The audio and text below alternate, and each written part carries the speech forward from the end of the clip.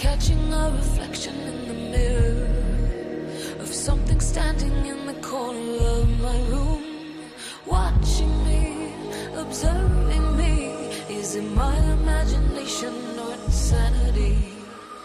A strange hum, a flash of light. I'm overcome, nothing but fright. Otherworldly beings taking me in the night.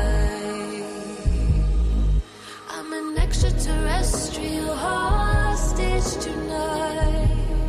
I wanna run, but I can't move. What do I do? What do I do? Where are they taking me? Where are they taking me? I'm an extraterrestrial hostage tonight. I wanna run, but I can't move. I don't feel real. I wake up in my bed. Was it just in my head? Looking at my hand, there's something there. Inside of me, I'm feeling oh so scared. Confusion and nasty fear. It wasn't just a nightmare. So loud, so bright, hypnotizing me, figures lost in time. I'm tortured, surrounding me tonight. I'm an extraterrestrial hostage tonight. I wanna run, but I can't move. What do I do? What do I do? Where are they taking me? Where are they taking me? I'm an extraterrestrial hostage tonight. I wanna run, but I can't move. I don't feel real. I wake up in my bed. Was it just in my head? Where are they taking me? I'm swelling in me. Where are they taking me? Anxiety rising.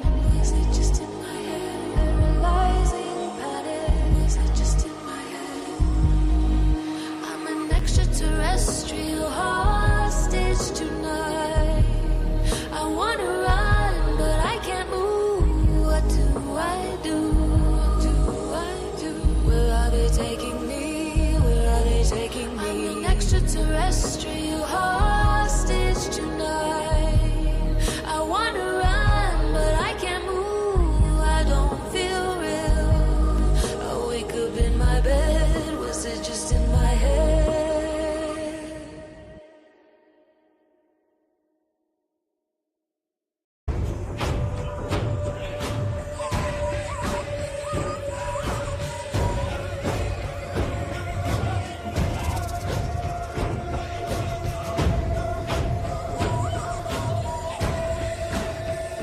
Seeking power over those that oppose me.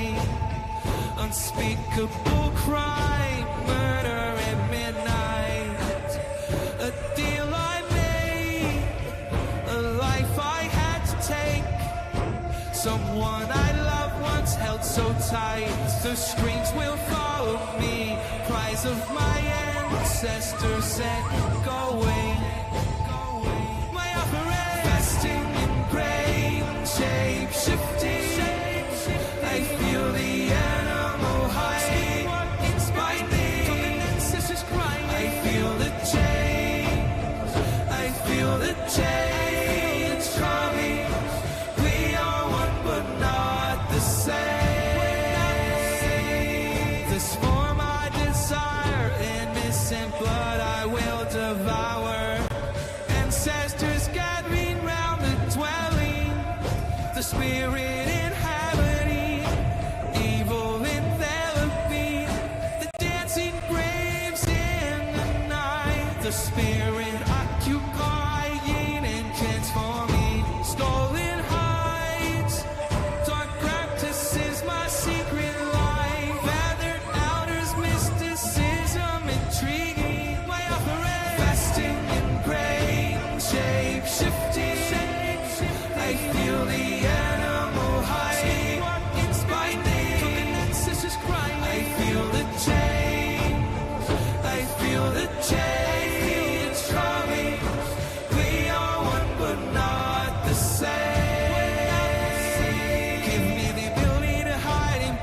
sight, so no one can see me, not even in the light. I am the crawler, I'm a within, I'm nobody's friend. This initiation, it's all part of the dark creation. My desires performing incantations. I walk in disguise. If I catch you, it's your demise. Shamanism, my religion, summoning spirits, manifesting myself and changing my flesh. A nightmare to behold. I'ma make you part of the fold. The skin of a man, the soul of a predator. The change is complete. This thing I become, my flesh has succumbed. My operation, fasting in brain, shape-shifting. I feel the animal hiding. It's biting. From an ancestor's crying. I feel the change. I feel the change coming. We are one, but not the same.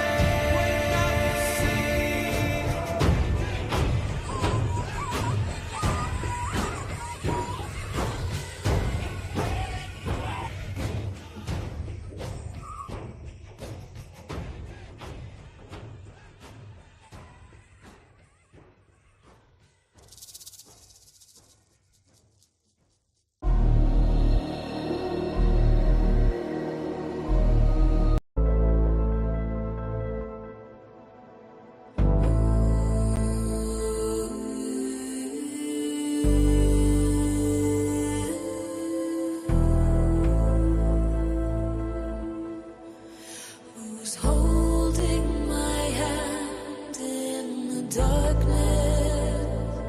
Seeing ghosts down the hallway. There's a presence, bedroom shadows, cloaked and haunting me. Cold hand touching me. Fear overwhelming me. Tapping at my window. I can't bear to open my eyes. A breath on my neck. Floating apparitions everywhere. Go to sleep with the light on. I wake up paralyzed.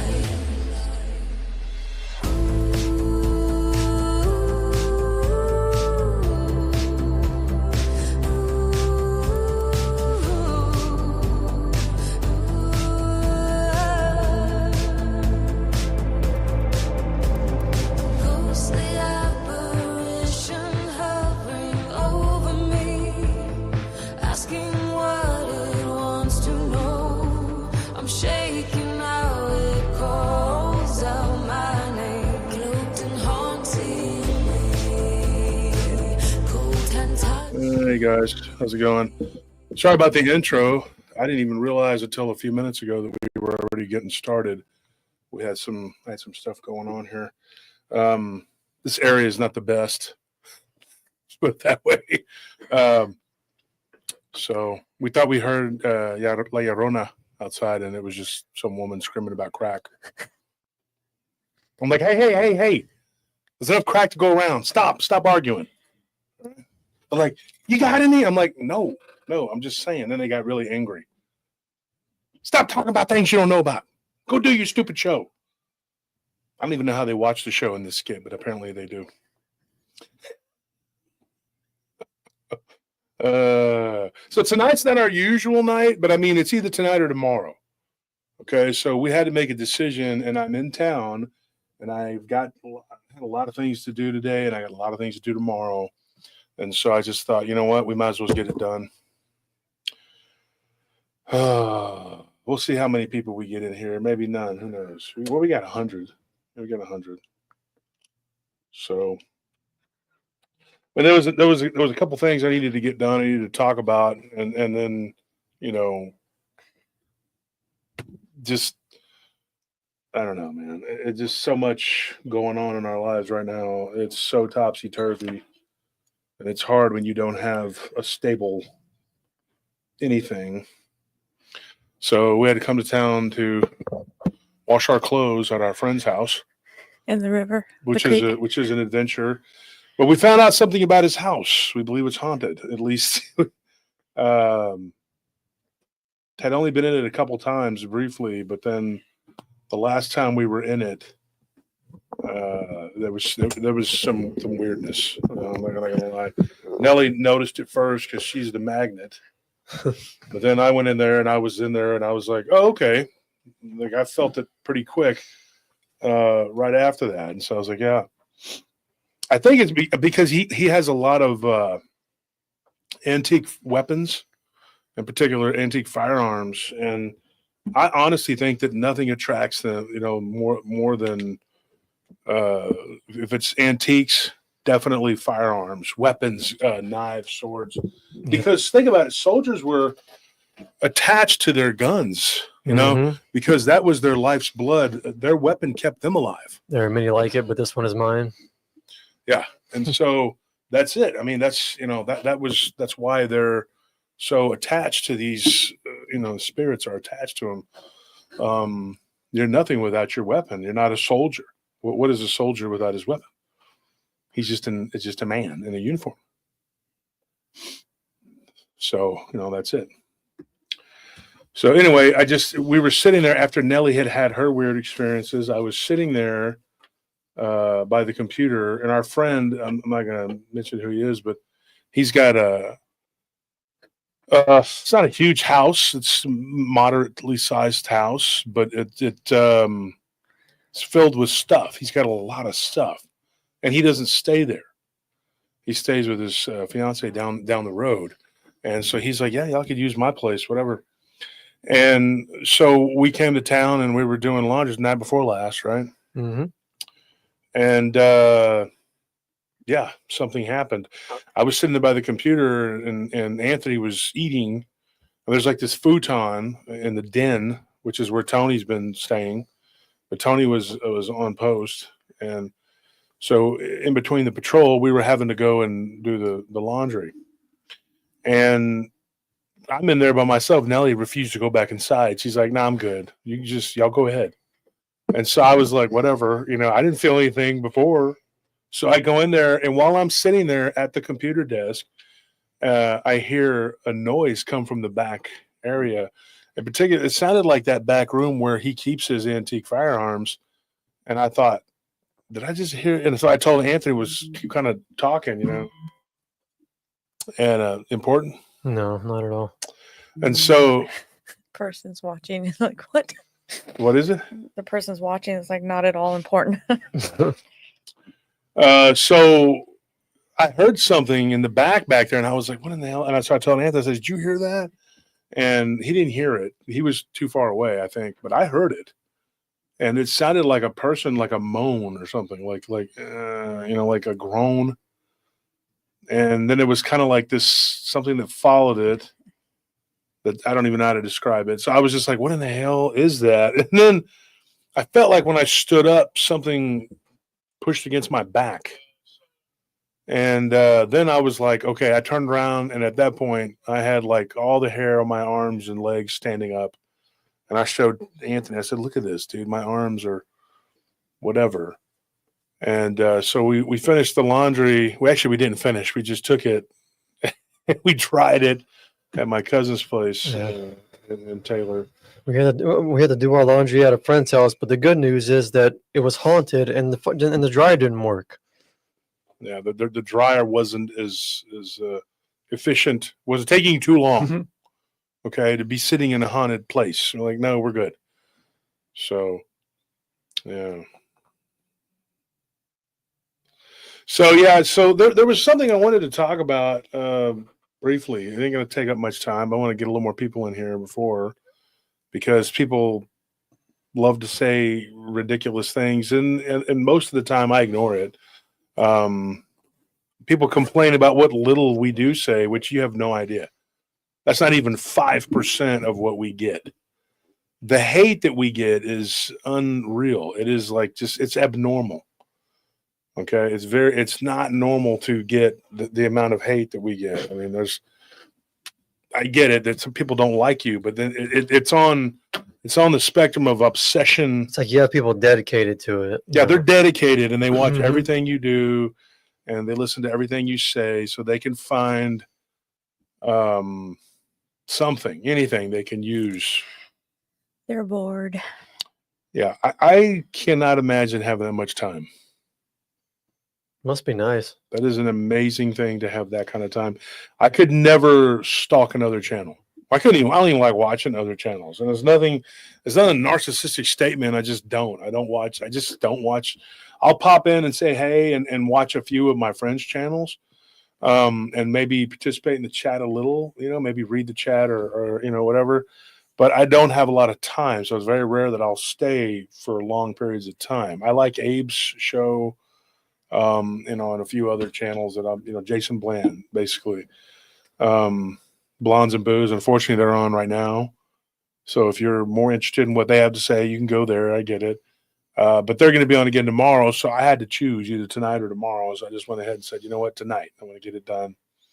And the important thing about tonight is that we had somebody that reached out to me, because the show he dropped on, was it Tuesday?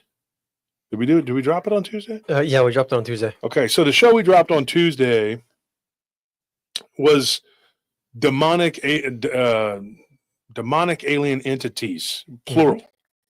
The first one was demonic alien entity, singular. And that first one, it was, let me see. The first one was just on YouTube Live. It was a live stream. Yeah. The second one went to...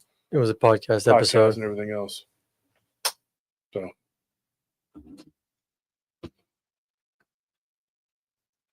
Hold on one second, folks. We'll be right back.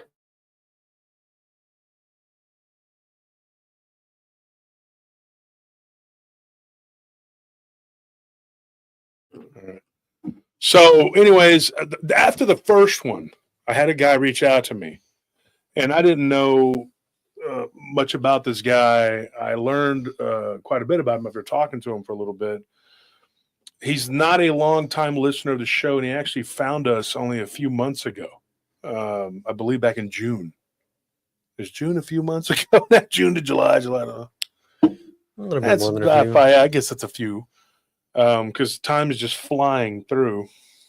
And so, anyways, he started listening to us back in June, and he's just been kind of like off and on, checking out different shows. And so he reached out to me. And he had an intriguing story. I read part of it on the email, and I thought, oh, wow.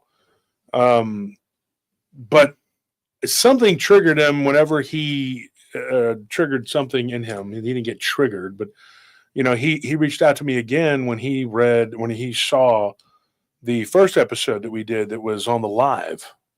It was the live stream, right? It was, the alien entity with Wayne, the guy from South Africa.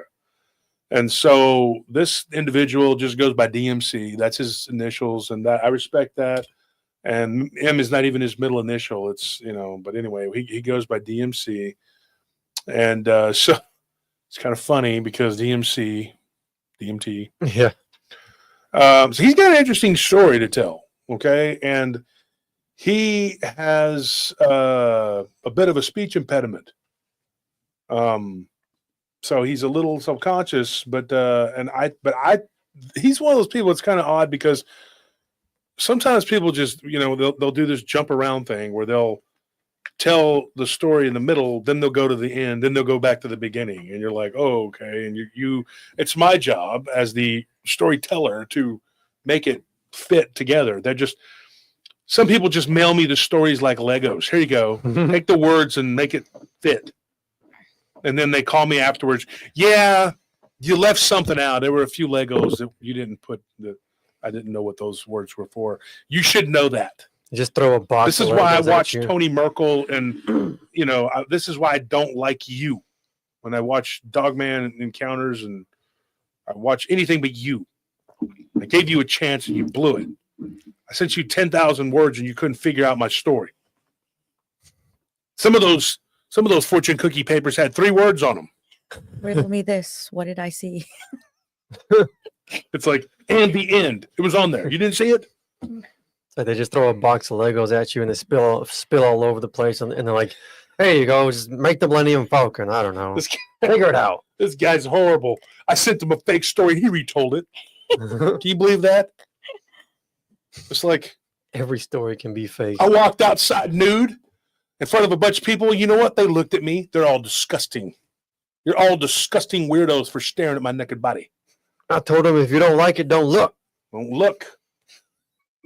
You're the gross one for looking Oh, at you're me. all What the pervert. hell is wrong with you looking You're at a grown my man pancake naked? man boobs. Looking at a grown man naked. Gross. Watching gladiator movies too. Sickos. It's a sick psychopath. So yeah, it ends up happening that people will send you stories and you just kind of have to figure it out. You know what I mean? It's like like you said, they send you the Legos and you got to build the Ewok village. Yeah. Do what you got to do. You take those, make something out of it. Yes, Lincoln Logs. Exactly. I sent you Lincoln Logs. Why didn't you build the Death Star? Yeah. Doesn't really lend to the curvature. Oh, it sounds like excuses to me. Is this why you beg for money on your show? You kind of sound like John Lithgow. You did. I think you have a problem. I think you need to stop begging for money and just do what crackheads do. You know, Steal. go behind the building, figure it out, steal, Strip copper. or strip yourself. Whatever you must do, but don't ask us for a penny. Stripping copper is not honest work, but it sure is damn well hard work. It's hard. It's all that matters. I work up a sweat. So you have this situation where people have this sort of like, but this guy, he actually spoke. He did have a lisp, so he was a little subconscious about that.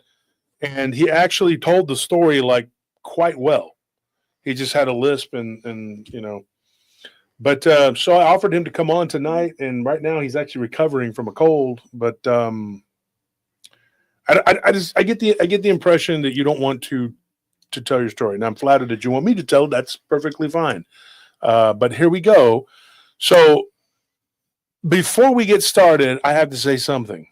Okay. And I don't usually respond to this lunacy, but I have to say something because this is and I'm pretty sure I know who it is. I think it's a fat little trucker, but it may not be him.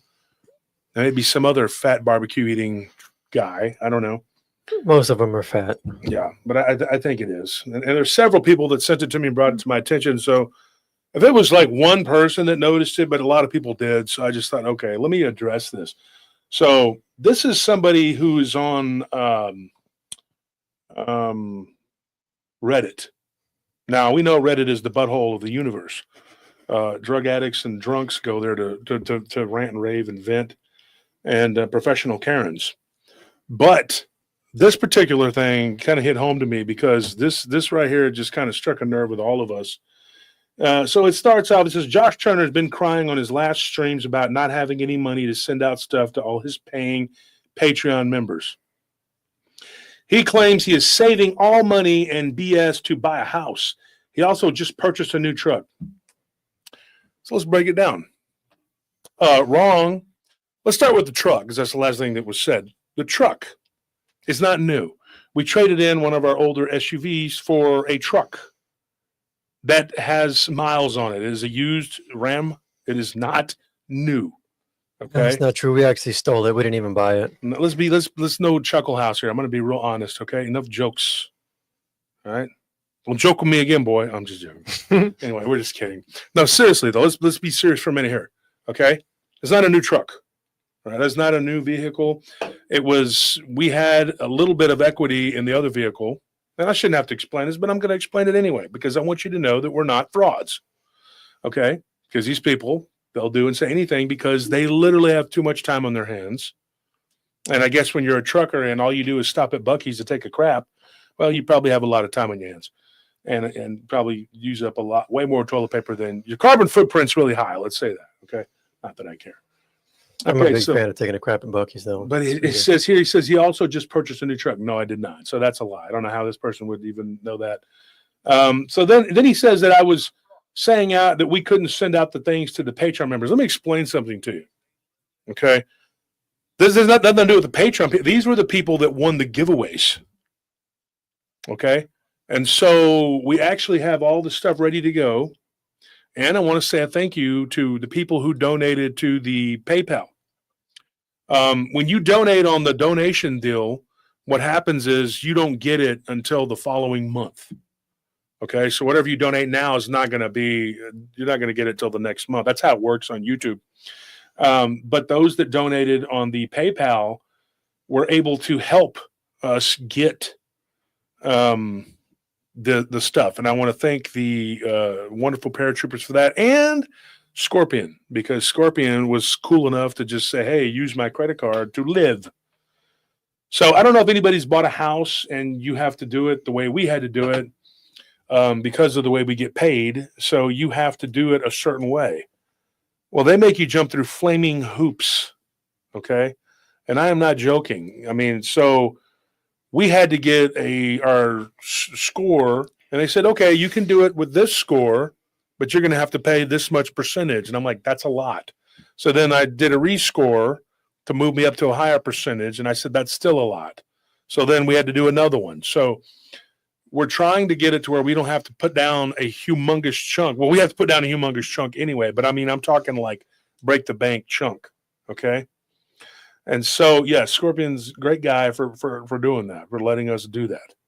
We have good friends. We have really good friends. You know, we had some really awesome people. One of Nellie's old friends stepped up. Should I say his name or not? Nope.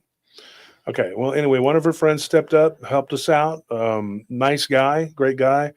And my friend Max, who's one of my jewelers, just threw me some cash and said, here you go, you're good for it. And who else do we think? Your brother, Adrian. Mm-hmm. Who else? The Thorndale. Yeah, Thorndale Meat with Trey Felton, just letting us have food to eat.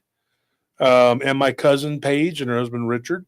They've been a big help. They've been a big help. Everybody's been awesome. People have really stepped up and helped us. And I want to thank Yvonne for continuing to give us our vitamins, our supplements, everything, and letting us do it on credit. And of course, big shout out to my friend Phil, who let us stay at his place. The good Phil. I mean, just to use his place, and just, you know, and then gave my brother a phone because he broke his when he fell in the elevator shaft. So here's the thing. I mean, like, dude, I'm an open book. I don't hide and do any secret weird things. I think I'm pretty normal, although I'm a big smart ass, which makes people mad. And I'm right all the time, which makes people even more mad. Okay. And I'm also very humble, though. I mean, I'm a very humble dude. You know, people don't like when I say things like, I'll kick your ass, which is also the truth. Confidence for ego. Yeah. And just being completely confident in all things I can do that I'm better at than you. And for some reason, that just makes people mad. They just get mad. They're like, ooh, look at his fat little head. He's just like a Campbell Soup is good food head ass dude. I don't like him. Oh, he gets me to the boiling point. Let me tell you something, brother. I'd like to take him with body slam him, but he's got an ability to tell a story, and I can't stand him. So anyway, I just wanted to stick it in their face because they just totally lied about all of this, okay? And I want you to know this is what's happening. So what they do is this. They say, okay, you have the money together for the house that you need to put the down payment on. Well, guess what? Now we need you to have like a certain amount of months for, what's it called? The certain amount of months. For the reserve? Reserve. You have to have this much in reserve. And I'm like, excuse me? And you can't touch it. And you can't touch it. So they're like, and they make these crazy rules to where you can't have your friends lend you money. Like, y'all couldn't lend me money. You couldn't go, hey, I got you, man, because you're not related to me. It has to be a person that's related to you to give you a gift. And then you got to fill out a bunch of paperwork so they can stick their hand up your butt too. This is what they do. I'm being completely honest. Right, sure. So we have a certain amount of money in the bank. We can't spend it, can't touch it. And then, of course, yes, the truth, there's escrow. We had to put a bunch of money into that. So we're living razor thin on that. Okay. And then you can't touch your credit cards. Ha ha ha. And then they're like, go live. Can't touch it. And this rescoring thing was supposed to go on for like what, a few days, and it's turned into over 2.5 weeks. Yes. Of this ridiculousness. And then they moved us over to some other plan because the people that were selling the house agreed to pay the closing costs. And they're like, oh, no, because you don't, whatever, a certain way, you don't do your things a certain way. You have to go to this plan. And you can only use 3% of their money for your closing cost. So they just kept moving us over to this plan, and then it was like the circus, like oh, you jumped through that flaming hoop, let's do another one. Oh, you climbed the Mount Everest, go climb Mount Vesuvius while the volcano's going out. Oh, you survived that? How about Kilimanjaro? Really? Go to the Empire State Building and jump off, hand glide. And then, go find a set of, left-handed midget golf clubs in Brooklyn. Wedge Antilles says you might have gotten a better deal from the mob. You're probably right. And then they just keep on and keep on and keep on and keep on, and to the point where we're almost like exhausted to the point we don't want the damn house. Keep it. But then we're going to lose several thousand in the what's it called? The earnest money. Earnest money, whatever. When we already lost our money on this other house because we didn't go to close because it did not appraise. It was $50,000 less. So we told them, we're not paying you $50,000 for a house that didn't appraise. And so my realtor, who should have fought for us and not let them keep our money, didn't do anything. He stuck his finger up his butt and did nothing and let them keep our money. Oh, I'm going to talk to him. And never did. This guy's the most useless human being you'll ever meet. And so he did nothing. Zero, zilch. So we lost that money, and then that house weren't able to, because it didn't appraise. But they're like, oh, but you're welcome to pay the extra $50,000 and walk in upside down. No, thank you. Thank you so much. I don't want to walk on the ceiling like Lionel Richie, I like Spider Pig. But walking on the ceiling was not my idea of fun, so I want to do it.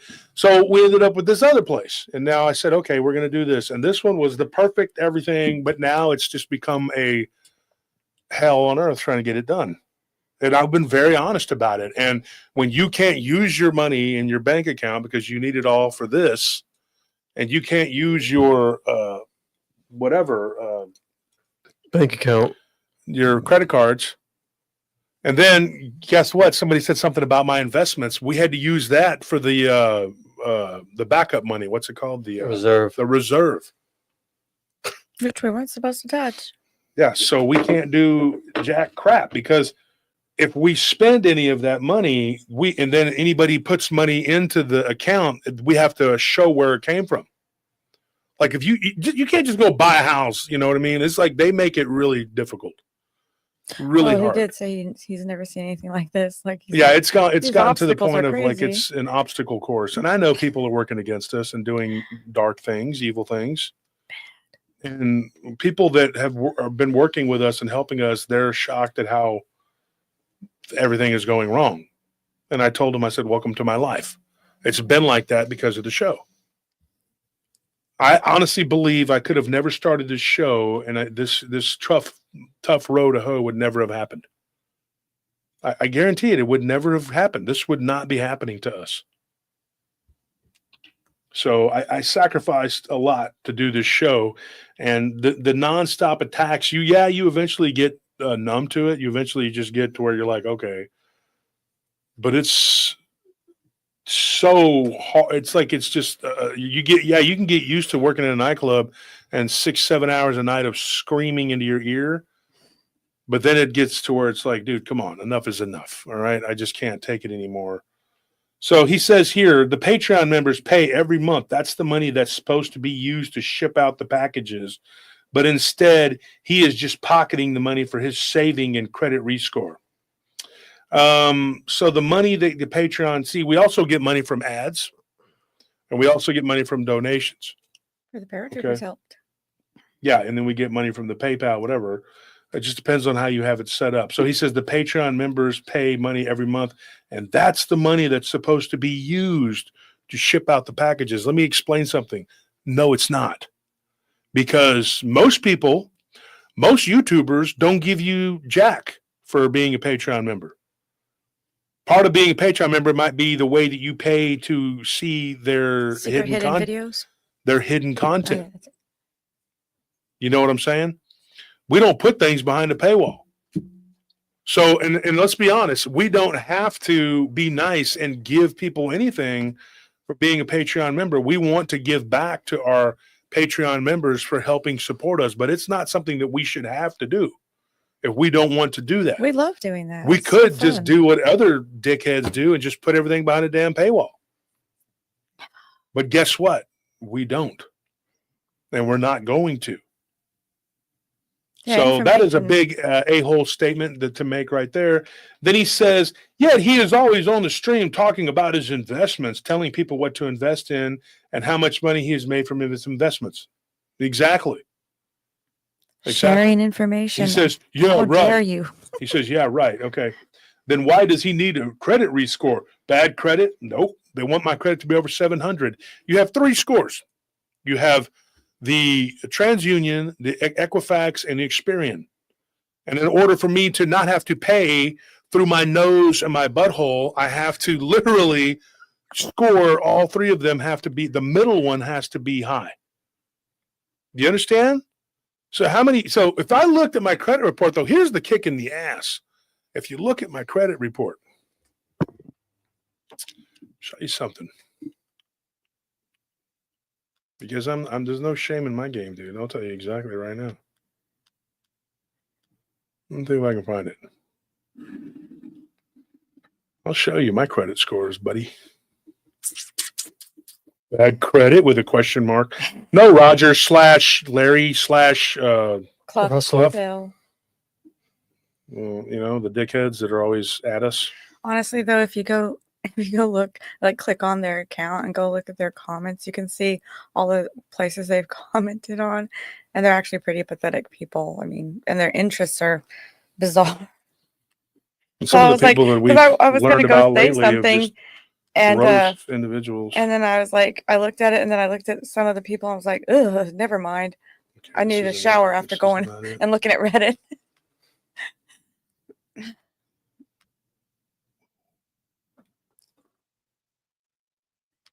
Where- There it is. I think it should be on here. And actually, our crypto and our investments have done very well. But if we spend any of that, you can't take that out. That'd be very stupid. Dang it. I know I had it in here. What were you looking for? I know I texted it to you guys, the credit scores. Okay, maybe it's because I was very upset. I'm very upset because my credit scores, okay, so I have the Experian app and I have the Credit Karma app, okay? And you think, hey, that's your credit score, right? It's not. And it's not. That's what you normally, yeah. But the way the banks do it with the mortgage companies, no, they use some kind of other bull crap, just like that crazy math that they use to screw you on the interest that you get. See if I can find it here. Okay, I think I found it. I was very proud of this. I was like, look at this. I showed them. I said, look at my credit scores. They're awesome. They're like, no, that's not what we got. What we got is some other crap. There you go. So those are my credit scores right there. Looks good, huh? And I'll tell you, the Experian one was 681 or 691. So you had 719, 688, and 691. So they take the middle score, which would be 691, right? And I thought, we're home free. No, you can't. That doesn't work. And then they go into an alternate universe where you're not as good and bizarro world, and they get some bull crap. And then you know what they do? They tell you, would you like your scores to be what you see? Okay, pay us. And it's like $35 per account. And then it's like $75 per Equifax, TransUnion, and Equestrian, or what's it called? Experian. So they rip you another one, basically. And then you're supposed to just sit there and be like, thank you, sir. Can I have another? Okay. Okay, so that was the Experian one right there. Let me see. Not bad. That was the Experian one, 687. But it ended up being 691 when they were done. But it doesn't get to 700. The goal is for you to get to 700. So when I go back and look now after the rescoring, on my TransUnion, what is it called? Your reports, mine are all over 700. Like they're like 720, 730, 715, whatever. So it looks really good, right? But back in the on the whatever the old days there, whatever they're going by, the old wagon days, they're like, no, partner, we got you down as a 676 because we do it a little differently around here. You want a higher score? You pay us, and then you have to pay. And then you have to pay some more and some more and some more and some more and just keeps going. So anyway, a little douchebag over here. Let's get back to that real quick and then we'll move on. So just wanted you to know, folks. And he says, I'm not trying to talk trash. Yes, you are. This is all you've done is basically talk trash. And you're not a fan of the show. You're not a friend and you're not somebody who's cool. So stop pretending like you're like a normal listener that's just venting because there is so much venom in this post, right? And several people saw it and sent it to me. And he says, I'm not trying to talk trash. I'm just a big liar. Yeah, exactly. He says, but this is blatant fraud right out in the open. What in the hell what do you think fraud is? These people are using Common Core. Okay, so what you need to do is report me immediately to the local authorities for fraud. Call them up and be like, yes, I'd like to report fraud, see? There's this guy named Josh Turner. I don't like him. He's handsome. He's good looking. His hair is always perfect. I don't like this guy. Can you do something about him? What do you mean? It sounds like I'm attracted to him. I'm not attracted to him. I got pictures of him all over the wall. Start tearing him down. I don't watch his show all the time. What's it about? It's about the paranormal. It's really cool. You should check it out. I mean, I hate the guy. The guy's terrible. Everything he says is awful. He's a big fucking fat liar. Get him the freak out of the TV. Get him out. Get him out. And then they're just like, sir, it sounds like you're stalking this man. I am not stalking him. Go look at Reddit. I mean, don't look at Reddit. I mean, he's the fraud. He's committing fraud. Somebody believe me. He's taking people's money and he's driving around in a truck. It's a new truck. Okay, what are they going to do? Okay, he's committing fraud. We got him, folks. Let's go get him.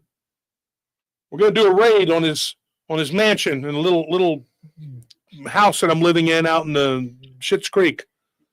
Let's go get him. I don't know why people sign up for his Patreon or give donations. It's clearly a grift. Don't support these people. Yeah, and then the little picture of him. Boy, check out the little picture of the guy. I don't know if you can see it. It's not really coming in focus. Who does that look like? Well, it looks like Fluffy. He's got the hat. He's got the little everything. Looks just like him. So if you're not Fluffy, you look just like a guy that we call Fluffy. I don't know if you did that intentionally, but I mean, it's basically bullshit. So there you go. And then Andres says, Wolf, you are aware they will spend this to their benefit. I don't get that's what they do every time.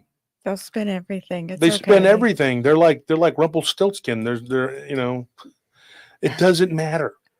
Okay. Which is amazing because like some of these live streams go on for like 3 hours. So like they have to sit through the whole thing from beginning to end to pick out things that they can use and twist and turn and take out of context. They're probably watching right now. Hello, all paratroopers, not you little spies. Like it would be one thing if we just did like short form content where, the 10, 20-minute videos, like, I mean, anyone can pick that apart. But our stuff is like 3 hours long. So some of them have gone for like 5 hours. Yeah, it just depends on what you get, 2 to 3 hours on average lately. And so you're going to sit there and watch all that. The only reason we know anything about what's going on with any of these other people's channels is because people tell us, or they'll send you a clip saying, hey, Fontaine was doing this and saying that. 9 times out of 10, my reaction is just like, oh, well. But this one struck a chord because, you know, you're accusing us of committing fraud with our Patreon members. And that's a pretty low blow for you, fat boy. I'm shocked that I know Fatty's going to do what he's going to do. Fatty be hating. He started this whole thing with Maddie and all that with Anthony. So you figure, and if it's not him, then it's somebody that's using his cartoon icon. But you have people who are very vicious and angry and pissed off because we're successful. And they're so mad and they don't care about anything. They have a derangement syndrome. And there's nothing you can do with these people. It's a syndrome. I'm telling you, it is a sick, weird obsession that they have. But read my shirt.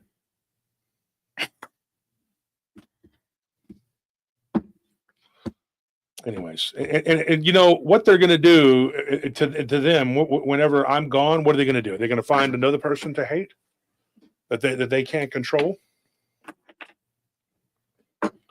These people are so mentally ill and so effed up. It's not even funny. You know, a guy sits there and says he's going to put a curse on me, and the other supposed Christians are like, "Yeah, go for it, man." They're all cheering him on, like. Really? Seriously? You're going to do that? You're okay with that? Whatever, dude. Wacky, weird, wild stuff.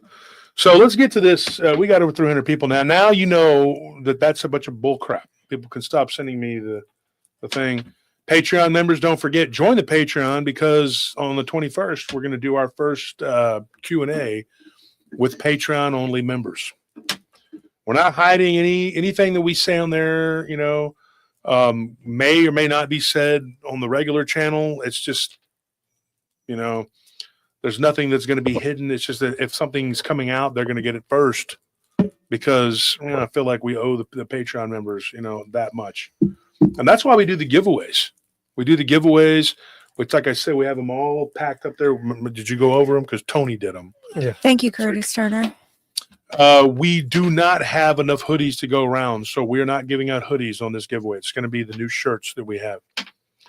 The hoodies, though, we are hoping to get a shipment of those in, and for wintertime, and we'll be giving away lots of hoodies. Don't worry.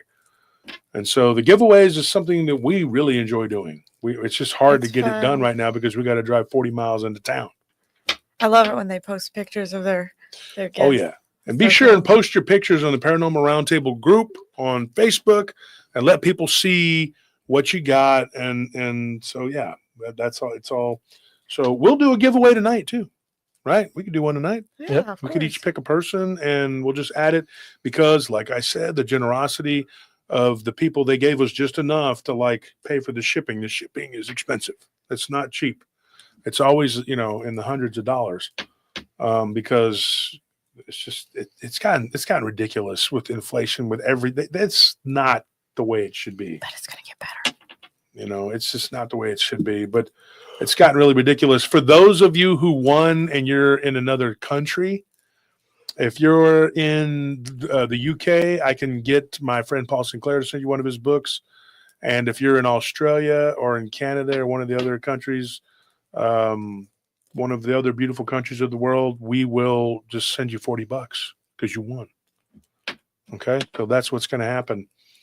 And that's it. And I thank the people, like I said, and Scorpion, our friend, for letting us use his credit card to Scorpion. There you are. Thank you. I want to thank you publicly because your credit card saved us. We went to a carnival and we bought cotton candy, went on rides. We spent a ton of money at that one game. We couldn't win. We just kept trying. Mm-hmm. Thank you for that. There's also going to be a very large charge for a new truck on there. That's an IOU, okay? Hang on to the receipt for that. You're going to want to hang on to it. It was like $44,950 something. Mm-hmm. Sorry, okay? But we will pay you back. Now, it's going to take several years, okay? But we've been friends for a while, so you know I'm good for it. All right, eventually. Or when I become super famous, my autograph books and hats. Your choice, Scorp. I don't know. It's up to you. You can have the 44.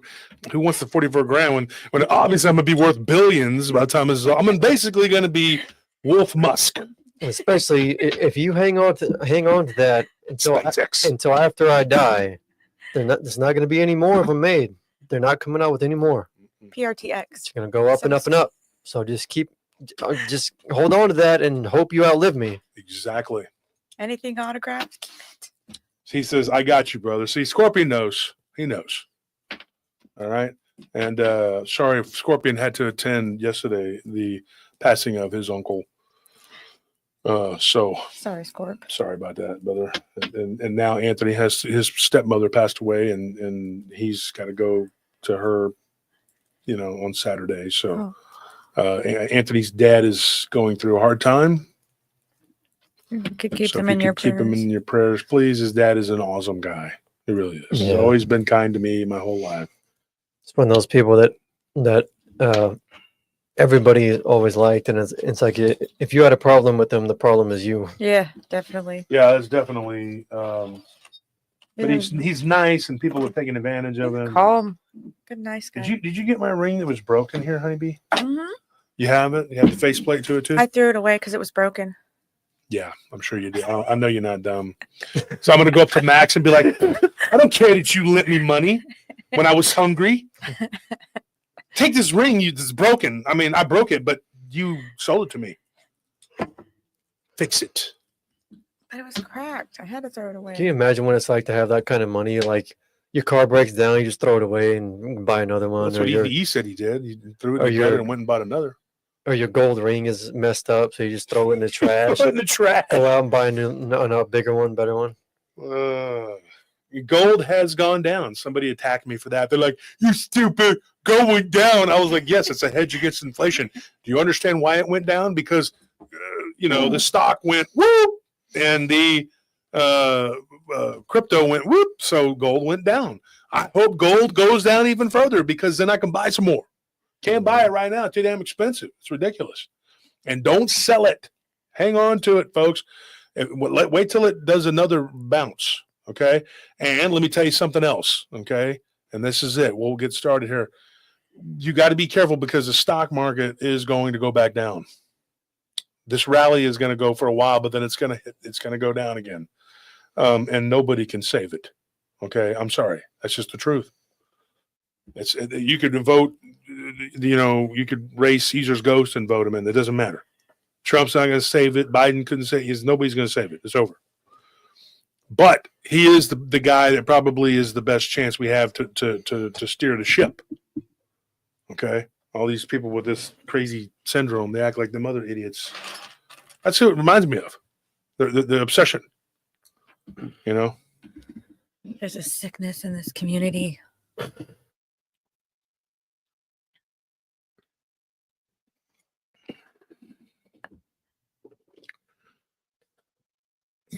Smurfy says, "I hated gold as a kid. I threw it away." Or you were a dumb kid. That's all I can tell you, Smurfy. Hopefully you've turned into a smarter adult. Just didn't like the color. I hate yellow. I hate throw it away. It reminds me of the New Orleans Saints or the San Francisco 49ers.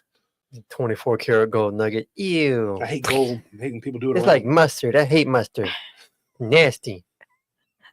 All right. So anyway, we got a story from this guy, DMC, and that's his initials. But here's what's crazy. Like, okay, when he was a child, he lived in a haunted house. Get this, with his siblings.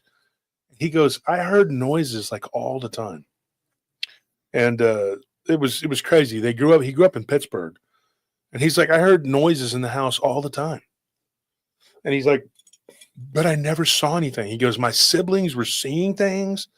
I didn't see anything." He said, "I heard stuff." He's like, "But then," he goes, "my family moved to Wisconsin, to Milwaukee." And he like, when we moved to Milwaukee, my dad got a job up there because of his brother-in-law,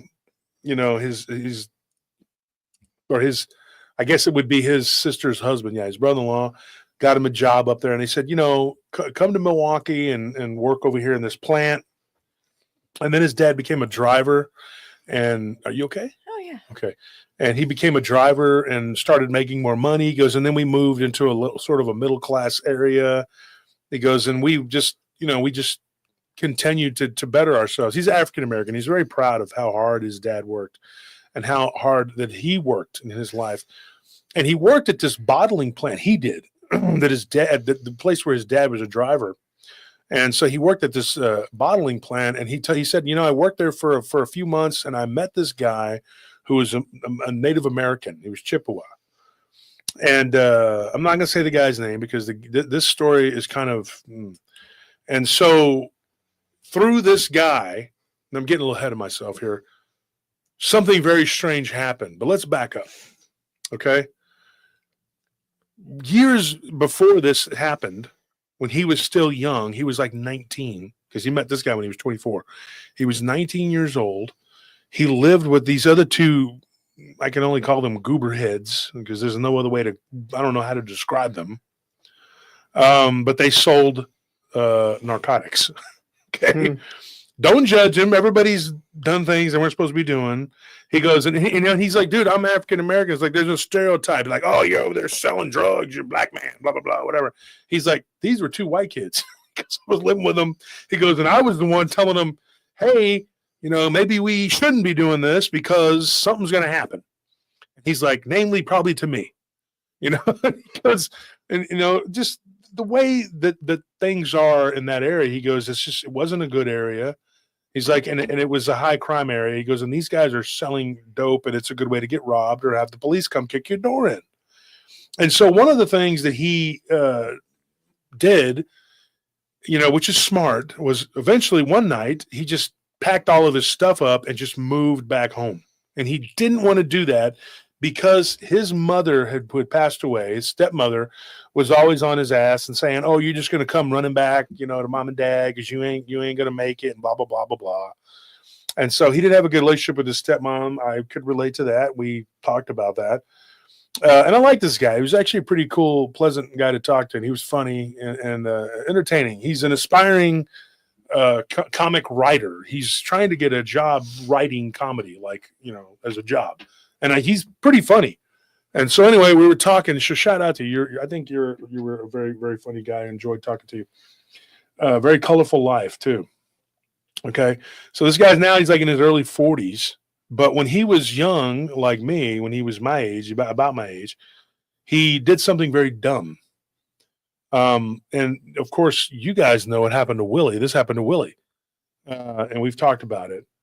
He ate like several sheets of acid. Yes, several sheets of acid, LSD, folks. So what ended up happening? He goes to this party, and one of his gooberhead friends that was there that was selling the drugs or whatever had a block of it, and they had put it in the refrigerator, and several people had dropped it. And they said, well, there's, which basically when you chew, it's like paper, right? Mm-hmm. And nothing happened. Like there was no reaction. So like an hour later, there's nobody's doing anything. And his friend kept saying, I promise you, this stuff is legit, man. I've taken it. This is real. He's like, I don't know why it's taken so long. He's like, but the person that makes this is, whatever. So he goes, well, I don't believe it. So he goes in there and he tears a half a sheet, So just to give some context, like about how many like normal hits of acid are in a sheet? Well, it depends on the sheet, but I mean, there could be like 20 hits in a half. What he took was half and then another half. And these are 4. It depends on the sheet, like I said. But there's some that are just like, they're like about that big. Mm-hmm. And it all depends on how you cut it. Okay. So there's no way to say that there's only this much or that much, whatever. His was in these, like what they would call like these little notepad sheets. Mm-hmm. So on a regular sheet, you probably have like 100, maybe 200, or like Lawrence just said 200. It depends on the sheet. His were these like 50. Yeah, somebody just said 50. They're like 50, right? These little notebook sheets. So he took like 2 of those and chewed it up in front of everybody and said, I don't, to prove to his friend, he's like, this isn't legit, right? Well, about 20 minutes later, everybody starts going, oh. See you on the other side. Oh. And then he's sitting there going like, oh crap. oh crap, everybody's tripping balls now, and they've all taken 1 or 2 hits, and I just shoot up like 100 hits. Panic attack time. So yeah, he took like the equivalent of 10 folded up deals or whatever, which came out to, I think, like 100 hits or something like that. It was crazy. It's crazy. So when he started tripping, dude, like he says, I could feel my heart for like it was going to come out of my chest. He's like, my mind was just blown and I panicked. And he goes, and I started running and then I felt like I was going to die. Ugh. So he laid down behind a garbage can. His friends found him and they had no choice but to take him home and just put him to bed because they damn sure were going to go to jail for taking him to the hospital.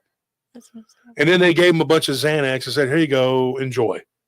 Okay. So he came down a little bit. And then the next day he wakes up and he's still tripping. Like he said, it was 3 days had gone by. He thought it was the next day, but he had gone to sleep after 3 days. He totally lost track of time. He had no idea what planet he was on. He was like in this weird, he was inside of his head. And he was talking about seeing things on a quantum level and, just a lot of weird stuff. They couldn't just give the guy some orange juice. Oh, come on, man. Come on, Amber. You know better than that. Cayenne pepper fixes everything. So, yeah, well, this guy, he went off the rails. Are you going to sit over there? Or are you going to, because y'all can. Oh yeah, I was just charging my phone, but it didn't reach over there because I can't turn my head like this. My neck is not gonna go along with that.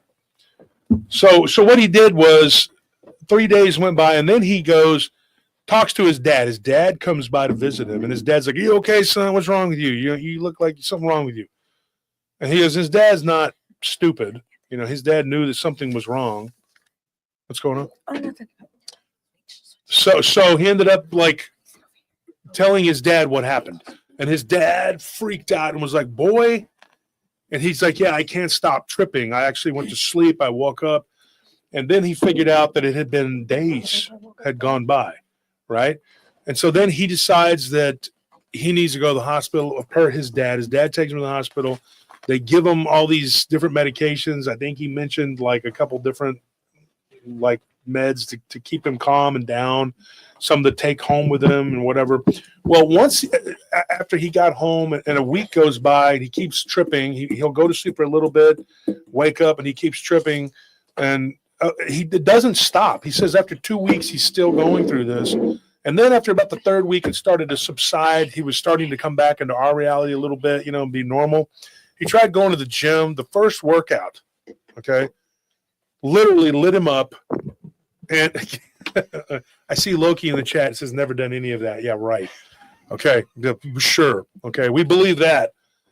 So anyways, he went to the gym and he said, I started tripping again. Now, this is something I can relate to, because if you've done enough of this shit, eventually at some point it'll come around.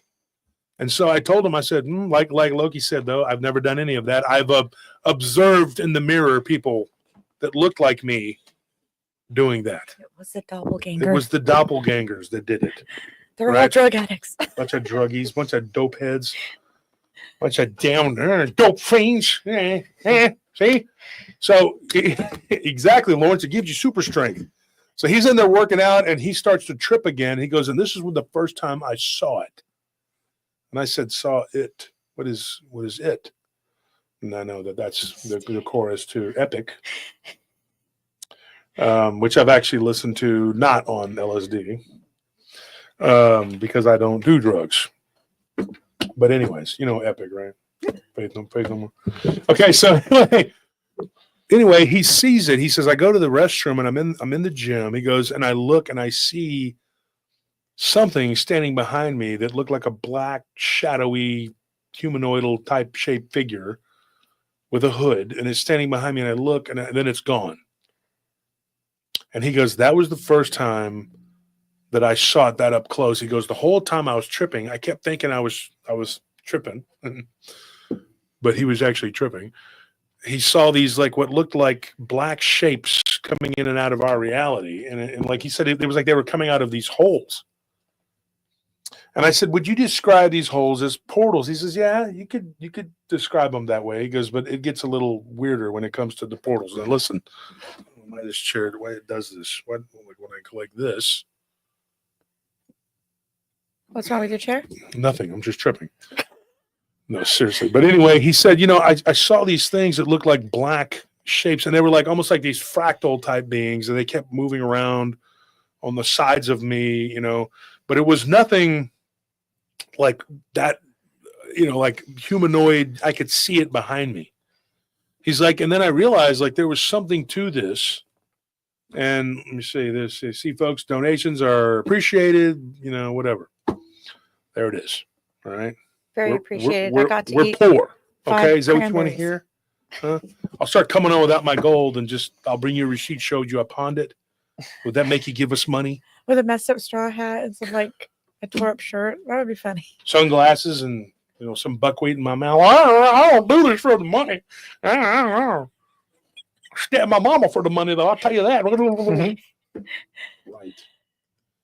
So, anyways, he starts tripping like again. He goes through it. So he goes home. He lays down. He can't focus his thoughts. He can't do anything. He's like, dude, and it just got worse from there. He goes, my friends, there was a roommate and his girlfriend, and they were watching some horror movie. He's like some Friday the 13th or, whatever or something. And it was horrible. The noise, all of it was just driving me nuts. I couldn't handle it. So he's like, then I go into my room. He goes, and then I see the black goo. Now, when he said that, my ears perked up. Go to my Facebook, folks, on my normal Facebook, not all them other whatever they are. Go to my Facebook, my personal page, and watch that video of the black goo. It's got Megan Fox on there, pregnant with black goo. Yeah. Mm-hmm. Check it out. Thank you, Chris. Okay? Anyways, thank you for that donation, Chris. We appreciate that. What's up, man? Cult dues paid. Yeah, I don't see any cult dues being paid here, man. What's going on? Huh? No matter if you're broke. You got to do what you got to do. I need a new truck, another one. I'm greedy. Mm-hmm. I need a new truck to drive around broken. All right. All right. That's it. That's what we got. That's what we got going on. I'm really upset right now. So he ends up being in his room and he's like, and then I see this black goo come from the right side of my wall. It just blop like a blob. And then it moves like under the bed. And I'm like, what in the hell? He's like, but this is what's interesting. He did not see this during the really intense part of the trip. This was after he had kind of settled down 3 weeks into it. And he was starting to notice these things. And they lived in this old house. He had at this point, these weren't the two goober heads he was living with the first, that later on at the party gave him the crap, whatever. Well, actually he took it. But anyway, he's like, these were some other people. They were a little tamer, they were college people. He's like, but they would drink and, smoke pot, but it wasn't like this. They weren't taking whatever. And he said that they started, talking about the house being haunted and hearing noises and voices and stuff. And he goes, and there again, I had heard weird noises. He's like, but then he's like, after the first night when I see the black goo, I look under my bed. He's like, and I'm thinking it's going to be this poltergeist scene where something comes out at me, clown grabs by the neck, starts choking. Nothing like that happened. And he just thought, I'm just tripping. I'm seeing things. I'm still having residuals. The tracers are going, whenever I move around. He couldn't watch TV. It was horrible. Can you imagine 100 hits? So he goes to sleep. I'd die if I smelled the paper. And he wakes up, and the next day he goes into the kitchen. He goes, and I finally had an appetite. He didn't eat. One of his roommates was really cool and actually convinced him he needed to eat like toast and trying to make him eat because he was losing a bunch of weight and he wasn't eating. He was not eating. And so he goes, I go in there and I finally had an appetite. I felt like making some food. He goes, and I look to the right because something was there and then it moved. He goes, and then I look back to the left and I realized that something had moved from right to left. He's like, and at that point, I just said, stop, because I'm yelling at my own mind to quit, whatever. And he's like, and I look over to my left and I see it. He says, there was this woman standing there. He goes, and she looked gray, like ashen face gray. Her hair was just like, he goes, and she had this stunned look on her face, and her body had what looked like red sores all over it. He's like, and then I looked down and I noticed she had no feet. Like there was nothing there. She was floating. And he goes, oh my gosh, I'm tripping hardcore. What the hell? And so I open my eyes again. She's gone. And he's like, thank goodness. It was just that. It was just the acid, whatever. He goes and he lays back down. He's like, and after I eat my sandwich, I'm laying there and I'm, I got my hands back and I'm looking up at the wall, and got my feet kicked up. He goes, and I'm looking at the ceiling fan.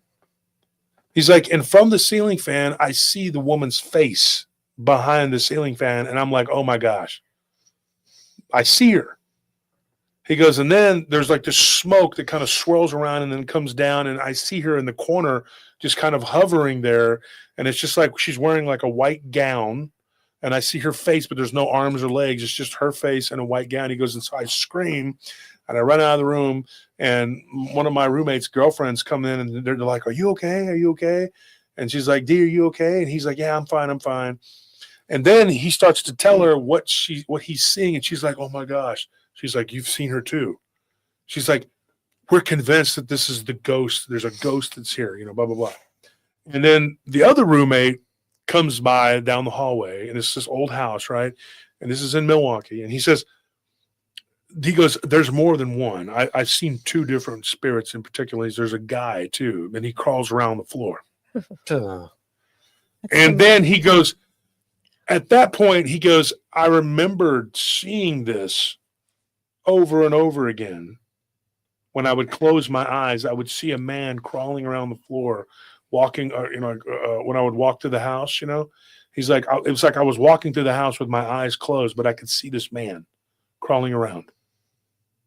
And so I told him, I said, so after taking the LSD, I was like, you developed second sight. And he's like, yes. He's like, yes. He goes, I could be at the gym. He was a gym rat, right? He's like, I could be at the gym. And I would see these black, weird, shadowy things in the corners of the gym.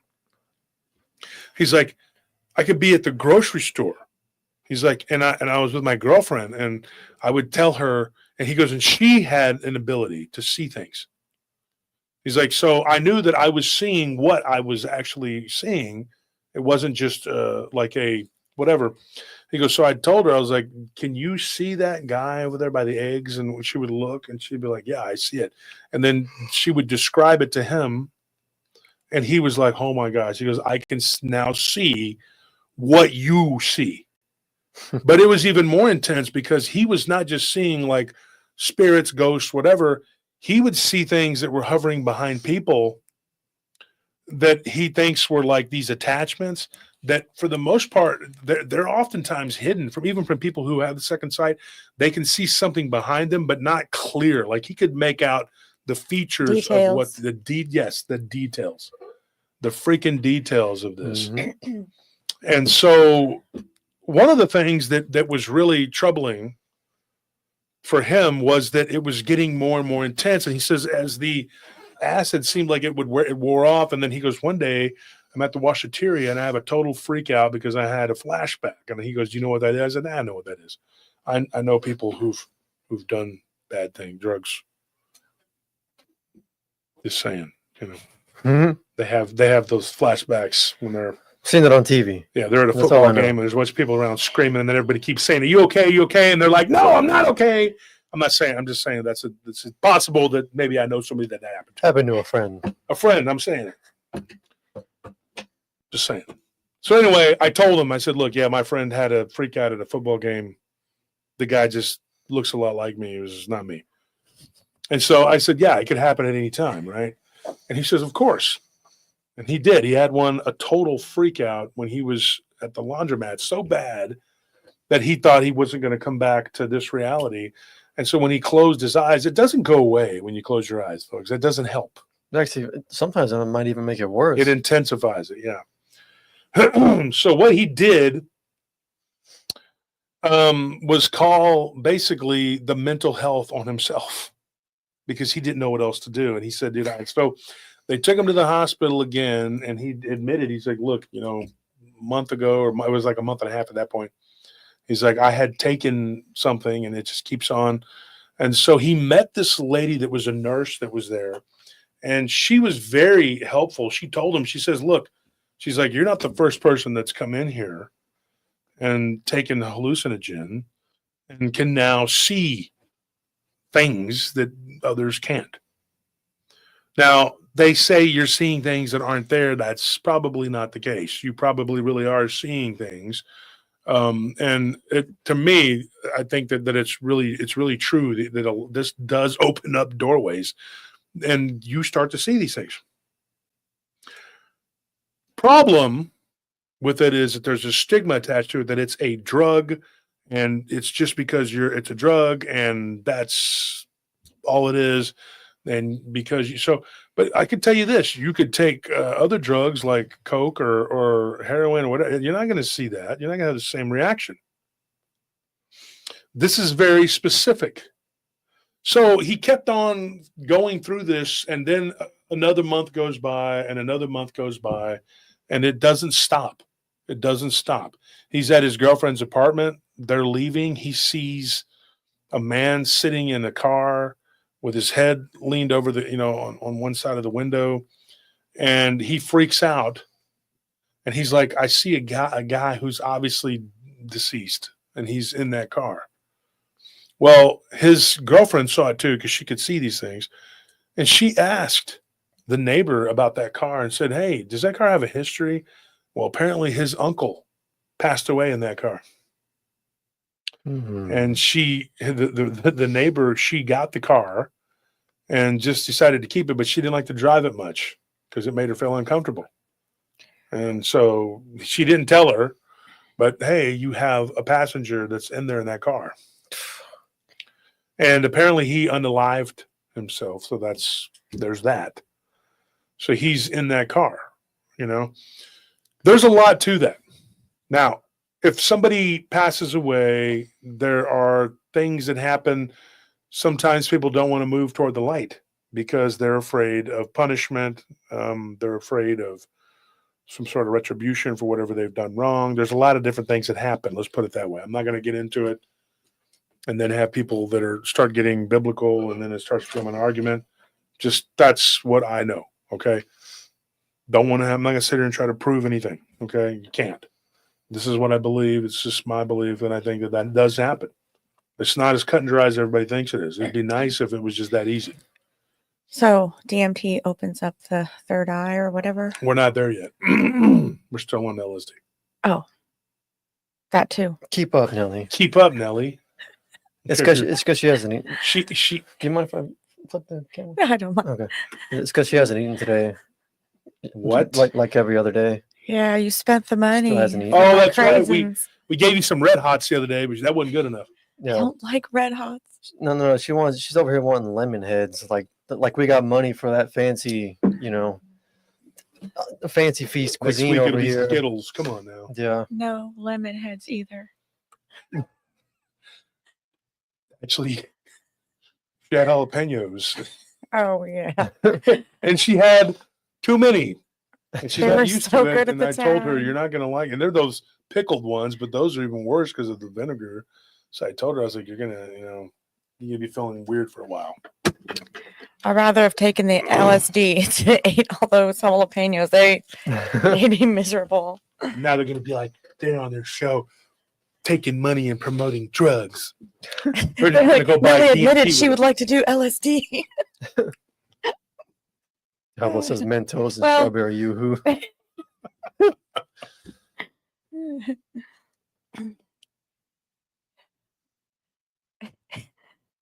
Why don't you give Nelly a Skittle and a cranberry? Spilling Tea, thank you for that donation. We appreciate it. Anybody who's donated is greatly appreciated. I like Skittles. Thank you, Skittles. But you can put the PayPal thing up Yeah. too if you guys want to donate and help us to get through, because that saved us when it came to the mail-offs. mail-offs, what we're going to do tomorrow. It did. Thank you, guys. So, like I said, once again, thank you to those that donated. Should I read the names out? Yeah, Let definitely. me get it. Let me do that.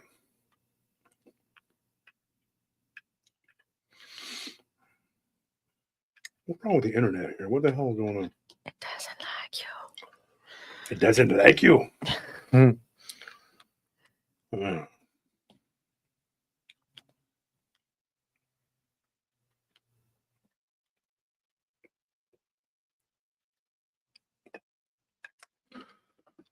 trying to get, I can't even get it to work. What's wrong? Bear with me, folks. Thank you, Alan. Oh, little hippos. There's no eyes. Little derpy hippos. I'm not a robot. What's wrong? I hate these, man. They make them PayPal, all like tricky. if you try to log into the PayPal app, it makes you do that "I am not a robot" check. Like even if you get Like trying to your get a house. password wrong, it still makes you do it only so it can tell you, "Oh, your password's wrong." So Mellowbot, am I saying that right? I can't see the name. Mellowbot donated a big donation. Thank you for that. Thank you. Matt Keeley, Francis Morales, Ronald Mitchell, Lawrence Morgan, and Ona Pedigo. Thank you, guys. Thank you for helping us. Those are the most recent ones. And thank you for helping us because that helped us get through. It did. And people, they act like we're begging. We're not over here begging or anything. If I wanted to do this every night and beg for money, I could. We have her like, come on now, come on, please, you know. I'll be Tammy Faye Baker. Tammy Faye Turner. My husband's a good man. And people who do things for a grift, they have no morals. So they'll use God and everything else. God wants you to donate to me. I need a swimming pool. Yeah, I don't think he cares about that. How about that? You know. But you know, it is a weird place to be where you can't use your bank account and then you can't use your credit cards and you're just kind of like, I could talk to the mortgage broker and I'm like, what are we supposed to do? He's like, well, Get more. have you tried begging on the corner, holding up a sign? You know, yeah, I guess that's what you're supposed to do. And we've talked to people and they're like, yeah, we went through the same thing. I'm like, how did you do it? I'm not gonna lie. One of my friends just said, well, I stole. I'm like, wow. Flat out said it, but he was young, you know. I'll take one for the team and go out and find a sugar mama. So it's okay. Those are always helpful. I forgot what I was going to say. So they're boiling bunny rabbits in the There's some rich old lady out in Westlake, like 60 years old. Wow, he just made like that's 10 years away from me, dude. Oh my God. Okay, screw you. In 10 years, I'll be sick, man. I'm 49, bro. Some rich old lady, you go 60 years old. Like, Well, I can't go too old. That's say, jeez, it's like 31. I'm not years taking from that you. much of one for the team, dude. Come on. Nobody's telling you to take anything for the team. Just don't insult the team. I'm over here getting old. Stop. Jeez. Oh man. Look at Loki, 60. See, Loki right behind me, so don't even say it because we're getting old. We get it. We understand. Push those numbers up. A little 30-year-old punk over here, a little punk. I'm 33. Whatever, same thing. You're whatever. You're About to be 34 a damn kid. Are you really?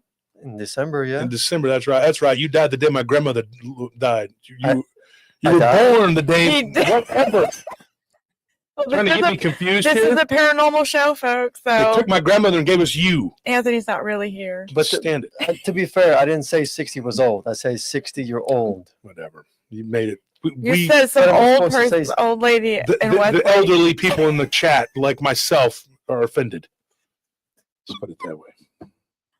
So back to the guy who did this. Okay, so what ended up happening? I talked to him, and he said, "Dude, I was seeing these things. I was at a convenience store, and I saw this thing hovering behind this dude." He goes, and then I started realizing there's a lot of these people who have these black shadow things behind them. And a lot of them look weird. Some of them look like they look like they have bat ears, and some of them look like wolf heads, and just a lot of weird stuff. He goes, and there's a ton of these creatures like hovering around. He goes, I went to church and I saw them all over people. He's like, and then my cousin who's Islamic, he took me to the mosque. And he goes, and then that's when I first learned about the jinn. He's like, and I saw them all over these people there too. They're everywhere. He goes, and I talked to the cleric, and they were just like telling me about the jinn, the hidden ones and all this and that. And he's like, the preachers were talking to me about demons. He's like, I never was religious. He said, my mother was, but when she passed away, I didn't go to church. My dad didn't either. And he's like, and so I just got real. See, Mickey, I'm sorry that he said that. Okay. He just says things. He doesn't, he's a child. Okay. He's got a child's brain. He was born with a peanut in his head. Okay, the point was the point is the age difference. Okay, like 33 years old and then dating someone who's 60, like that's a significant age. What's wrong with that? I'm saying in Saudi Arabia, that's the standard. That's what a sugar mama or sugar daddy relationship is. That's how it works. That's the point. It's not to say that people are old. I'm not hearing a difference. All I'm hearing is old. 60 is old, ancient people. Oh, okay.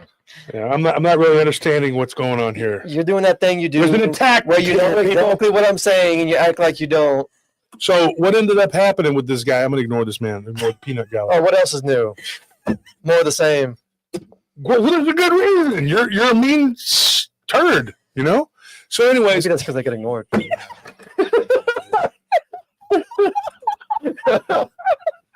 So what ends up happening? I'm sorry. I apologize to you, DM, because this guy's. You see what's happening. I told you it was going to happen. Okay, so I'm trying to get your story out, but you see I'm being interrupted. He starts seeing these beings that are like around. They're everywhere. They're all over the place. And he's like, dude, I'm having hell with this. He's like, and then he goes, I have this friend, he goes, who had just gotten back from the military. And he goes, and I met him. And he says, dude, you should get a job working with us at this bottling plant. They're paying very well, blah, blah, blah. He goes, so I do. I get a job and I meet this guy that dude's like really close friend. And we all became fast friends. And that dude was a Chippewa Native American. He's like, and I'm not going to say his name, but he goes, we became very close. He's like, he started opening up to the guy. He goes, one day after work, we were smoking. They were smoking some stuff. They were smoking them green cigarettes. And he says, dude, we started, smoking whatever. And he goes, my one friend told me, he's like, dude, he could see things. He told my new friend that I didn't know that well. I was kind of aggravated. I was like, well, this guy don't know me. I've been working with him for a couple of weeks. And now he's telling him that I can see ghosts and stuff. And the dude's like, oh, really? He goes, my mother is like that. He goes, and to a lesser degree, I am. He's like, and my sister is too. He goes, and my best friend's dad was a shaman, and so he's like, maybe there's something that he could do to help you, so that you wouldn't, whatever.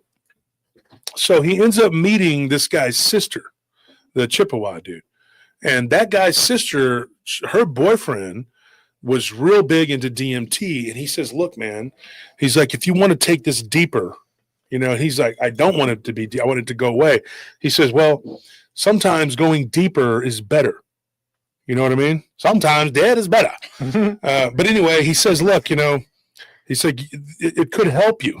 Okay. If you go further down the rabbit hole. And so he's like, I don't know, man. So he went to this shaman, not the guy's grandfather, but this other guy, just sort of a hippie dude. And what's wrong? What? You're just looking at me all crazy. No, I'm listening to the story. Wow. Looking at me nuts. And so he says, I go to this guy and he's kind of a hippy dippy dude, and he's like, and my words, not his. He says, he's a long haired guy that does yoga. Okay. I'm not making fun of people that do that. I'm just saying he's kind of a hippy dippy dude, obviously. So he takes the DMT, he goes, and I start to see like these colors, and it's like there's sounds and vibrations. And here's the funny thing. Earlier, we met a guy before we came here that was telling us about DMT, and I'm like, wow, we're doing a show tonight. So that was kind of weird, really, actually. He was talking about that. But here's what ended up happening. He goes deeper into this, and he says, dude, I start to realize, he goes, that these people, these beings, some of these people that I'm looking at, they're not people. They're not. He's like, these are not human beings in the way that we're human beings. And then there are different levels of human beings. And he says, and it starts to get real, real deep. He's like, and then I go to the like Walmart, like the whatever. He didn't say Walmart, but like, department store, whatever. I forgot what he called it. There's a store that's like Walmart, whatever. He goes into it, Target or whatever. And he goes in there and he goes, and dude, I'm seeing things in these stores. He goes, and there's this woman that keeps talking to me. He goes, and her face keeps like morphing, and her mouth and nose were moving around. He's like, and then I noticed that she was looking at me, and she just suddenly stops talking because he's like, I could see right through her. I could see what she is. And I said, what was she? He goes, she was a lizard. Like, it was like she was reptilian. I could see it. And when she figured out that I was, and it wasn't one of those that doesn't know what they are. He goes, there's those too, that they don't know what they are. They don't know that they're that way. Like, he goes, she knew, and she was like, just stopped talking to me and asked me if I was okay. And he goes, I'm fine. And I just turned and kept standing in line. He goes, and then she got behind me. He goes, and then she bumped me with her cart a couple times, which was starting to piss me off. And I turned around, and he goes, and she was staring at me with these eyes like slitted up, no, not even hiding it. He goes, the clerk saw it, and she was just like dropped my food on the counter and was like, whoa, and like looking, and me and her were looking at each other and then looking back at this woman. The woman had her head down at that point. And so he goes, eventually, he goes, she just leaves her basket and walks around me and goes outside. He's like, and then I'm going to the door, and I'm like afraid to go out there because I think maybe this thing or whatever it is going to jump me. He goes, and then I started realizing I went to dinner with my girlfriend on the weekend one night, on a Friday night, not the weekend, and he says, and we sat there, and the waiter was one of these beings. He's like, and finally, he's like, dude, I started to realize, he goes, that I had to go back to my friend. I said, dude, that stuff that you gave me, he goes, what? The DMTs, like, really messed me up. I'm seeing people, they're looking like lizards. And so his friend smiles and goes, oh, dude, do you want to see something really scary? Kind of like Twilight Zone. Yeah. You know? And he goes, come to our meeting where my grandfather is. We're going to have a meeting. He goes, and there's going to be Chippewa and Menominee and different natives there. It's like a little powwow, you know? He's like, and there are shapeshifters there. And he's like, really? And he says, yes, there are those that walk among us that are actually able to shapeshift. But then there's also these beings like you're talking about, you know. He goes, they're real, and they can appear as humans. And then there's humans that can change into other things, you know. And he's like, okay. So he goes to this little powwow group meeting, whatever, and he meets this guy's grandfather, the Chippewa dude's friend's grandfather.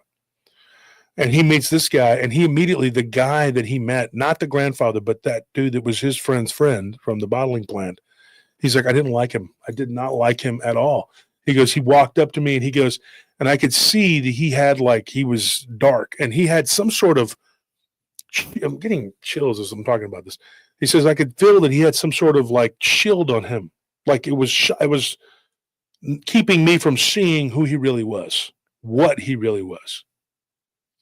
So he goes, my friend told me some weird stuff. He said that at one point, that guy and him weren't friends, you know. And he says, we're really not friends now. We're just kind of acquaintances. He met him through his other friend that they worked with. And he said, and this guy was really the friend. So that guy was kind of a friend to his friend, basically. And so there wasn't a lot of, there was kind of a coldness there. But the guy's grandfather came out and was very nice, just like a grandfatherly type person would be, and said, come on, check out the festivities, whatever, you know. And they took peyote. They gave him some peyote. So this dude has now done 3 different types of hallucinogens. And his friend told him, he says, dude, I brought some DMT if you want to try it. And he's like, no, I'm good. I don't want to mix that, whatever, you know. And he says, yeah, well, one of them will just override the other, you know, whatever that's according to him. And he says, good, I'll take your word for it. I'm not going to do it tonight. So he took the peyote. He's like, and no sooner did they take the button than he was sitting there around this circle, and there was this fire, and there was this guy dancing around in it. And as he spun around and danced around the fire and was spinning around as he's dancing around the fire, eventually he goes, this guy began to change. And I began to look at this guy, and his head turned into like a wolf, and his limbs became long and skinny, and he looked really emaciated. And he goes, and at some point he was on all fours, and he was lunging out at different people in the crowd. And he's like, and I got so freaked out. And I was like, are y'all seeing this? And there were 3 people with him, and they were all like, yes, we see this. But you know, and he was told, do not repeat what you see here. You cannot tell people what this is. Now, they don't call it skinwalker. They call it something else. But It's basically the same thing. Mm-hmm. Like in Spanish, it's Nahuales, Yeah. the Nahuales. And then, of course, there's the Yindalushi, it's different words, different names. Tribes all have it. They all have it. Okay. I've interviewed 20 different tribes of this. They do have this. Okay. I know somebody was one day was like, well, don't call them skinwalkers. That's only for the Navajo. And okay, Karen, whatever. Shut up. Okay. With not a drop of native blood, you're going to tell me about it. Mm-hmm. What else you want to talk about? You want to talk about sauerkraut? Are you German? No. Okay. Then shut up. All right. So anyway, but don't worry about that, folks. People do those stupid things because they don't understand and they want to be like they know. Okay. Like somebody told them, hey, you're the oracle of wisdom. Go spread the word, how about not? But this, what happened, this being eventually changed back as the guy rolled around on the ground. He started to look like a human again. And then he got up and was just dancing around. And then afterwards, the guy he looked like his head was down. And then another one did it and another one. And he's like, they looked like they were just wore out. And there was, you couldn't really talk to them. But he asked the one guy that he had the really bad vibe from, he asked him, he said, is this normal? Does this happen? Is this what they are? And the guy, he told him, he said, yes. He said, this is what they normally, he goes, but he's like, my grandfather, though, he can change into a multitude of different beings. He's like, these are lower level guys and they can't perfect the change, So they come out looking kind of distorted and weird. Like AI art. Yeah, maybe, I guess. So he ended up like going back to the hippy dippy dude, okay, and telling him, hey, I want to go deeper. I want to take more DMT. And like I said, this is this guy's choice, not how I would conduct my life. But if this is what you want to do, more power to you. I'm not going to knock it, okay? But he goes and he starts taking more of this. He does it again, and then he takes it again, and he starts having these introspective trips. And then he has this one where the guy who was giving him the DMT comes out, and he shows him something. He says, watch my arm. And he takes his arm and he bends it all the way backwards from the elbow, and it touches like the back of his shoulder. Then he takes his leg and he bends it forward and then folds it again up to his chest. And he's like, what in the hell am I looking at? And then the dude unfolds himself. And he thought, okay, maybe it's a trick. This guy's a contortionist. Oh, congratulations, you got me, And the dude's like, no, this is the true, you're seeing the true nature of reality. There is no real, like, this isn't real. This is a simulation. And you can totally like manipulate it. And so he talked to his friend. He says, hey, this guy who takes the DMT, he claims that he can shapeshift because he's figured out the nature of reality. And so he gets two of these natives to come to this guy's studio.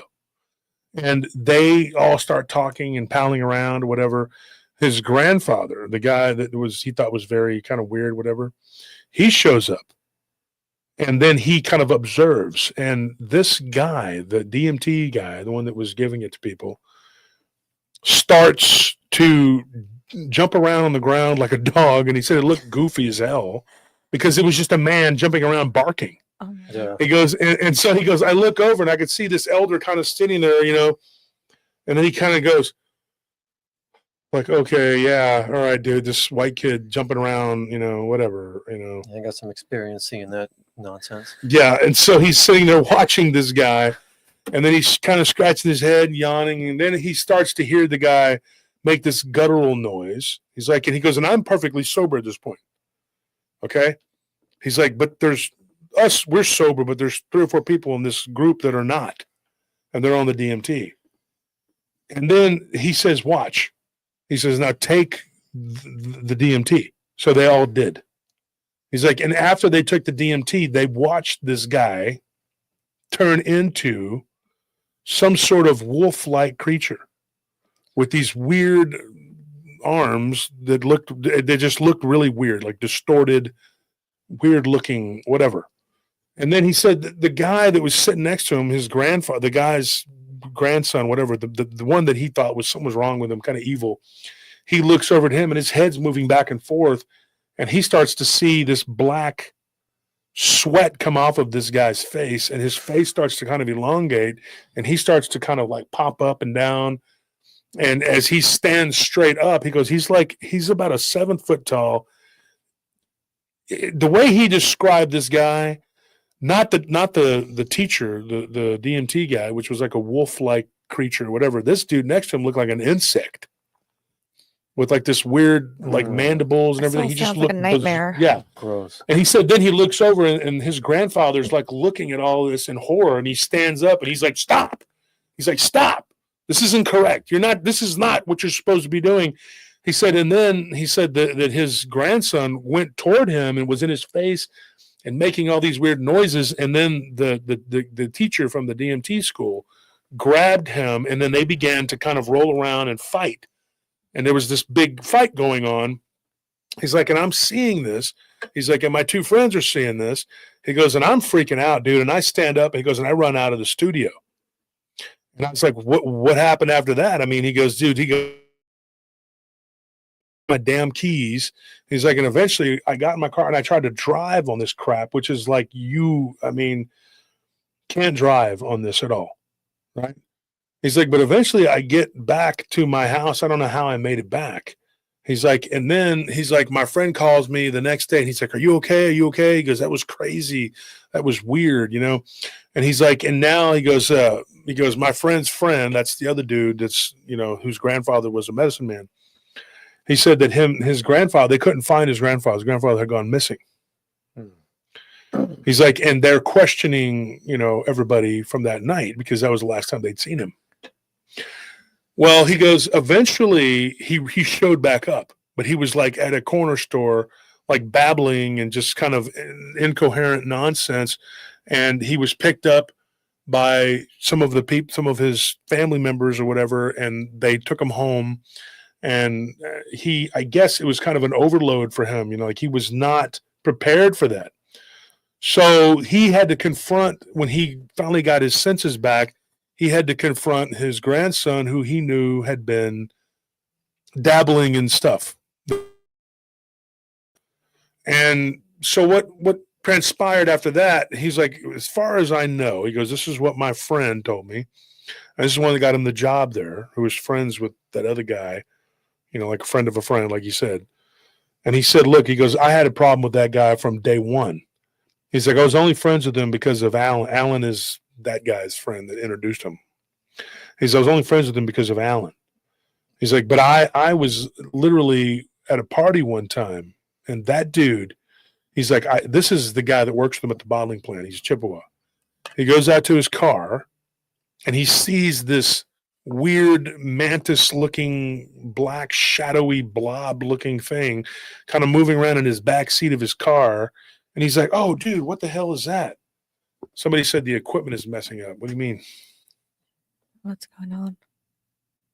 Oh, so anyways, he said that he said he sees this weird, the internet's looks like it's about to go out. On ours? Yeah. Oh. Well, that's cute. Hold on, everyone. Make sure your Wi-Fi's off. Maybe that'll help. I don't know. My Wi-Fi's off. I don't know. Maybe sometimes it does. We're supposed to have the fastest speed here known to man. Yeah, sure. Whatever. It's the fastest to mess up. Lawrence says it's fine now. Wait, are you talking about to us? He said I had a tiny glitch. All this DMT talk. So what ended up with this guy? He has this. Can't get this mouse to work now. There it goes. Is it off? So he has this encounter with the guy that he thought was weird, and that guy's name was Daryl, the guy that he didn't like or whatever. But anyway, he said that Daryl kid was weird, and his grandfather was an elder. Was a medicine man. He was practicing medicine man for like years and years. And he said that he looks over to the side of his car. This is the guy he works with. I'm not gonna say his name. But he looks over and he sees that guy, Daryl, standing there. And then he looked down into the back of the car and the weird mantis-looking thing was gone. Well, he put two and two together and he says that was probably him. And so then there was a girl that guy was dating for a while, and she claimed that one day he gave her some type of drug, and she looked at him and his face looked insectoid. Like he looked like he was not a normal human being. And Daryl is not full-blooded Chippewa. His father was something else. It was a drifter. Mm-hmm. And his grandfather ends up talking to him, his other friend, we'll call him Coop, the one that got him the job. That's his nickname. We'll call him Coop. I said I wasn't going to say his name. But because he don't have permission to say his name. So I don't know that the guy would have a problem with it, but it's probably best not to, especially when you're dealing with possible skinwalkers. Okay. Let's just not go there. So anyways, Coop tells him, he says, look, he goes, his grandfather wants to talk to us. So Daryl takes off. He steals his cousin's car, and then he's gone. He disappears. And then like a month later, he pops up and he's living like in New York. And he tells his parents, he's like, hey, or his mom, hey, I'm staying in New York. I'm going to be staying here for a while with some friends. You know, I don't know when I'll be back or if I'll be back. That was 3 years ago, and nobody's seen him since. Mm. Here's what happened with him, Coop, and the other dude, Alan. Okay. Two of which are native. Of course, DM's not, DMC. That's what his nickname is, or Mac. We can call him Mac. That's his, So it was Mac, Coop, and then this other guy, Alan, and then this guy's grandfather and a couple other people that were involved. So they went to this guy's studio that was doing the DMT, whatever. He's since moved his studio to Chicago, to the suburbs of Chicago.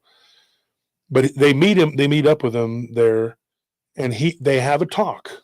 And he wants to tell the elder, he says, look, I'm going to tell you something. Daryl is a half-breed. He's a hybrid. And the grandfather's not shocked by this. He's just like, yes, I know. His father was a drifter, and he thinks that his father was actually a hybrid, was the hybrid. And so he goes, my daughter had relations with this man who I could tell something was wrong with him. He also dabbled in black arts and had embraced that part of him, the bestial side of him. And so what he goes, what transpired was so bizarre that so many people saw it. He goes, when I witnessed it, but it was through the use of DMT. And he said that, and also the peyote button, which is very common in a lot of different tribes. They use it. So anyways, what Mac or DMC said happened was, this is the story. This guy, Daryl, who also, there was another bad thing he had done to his friend, Coop.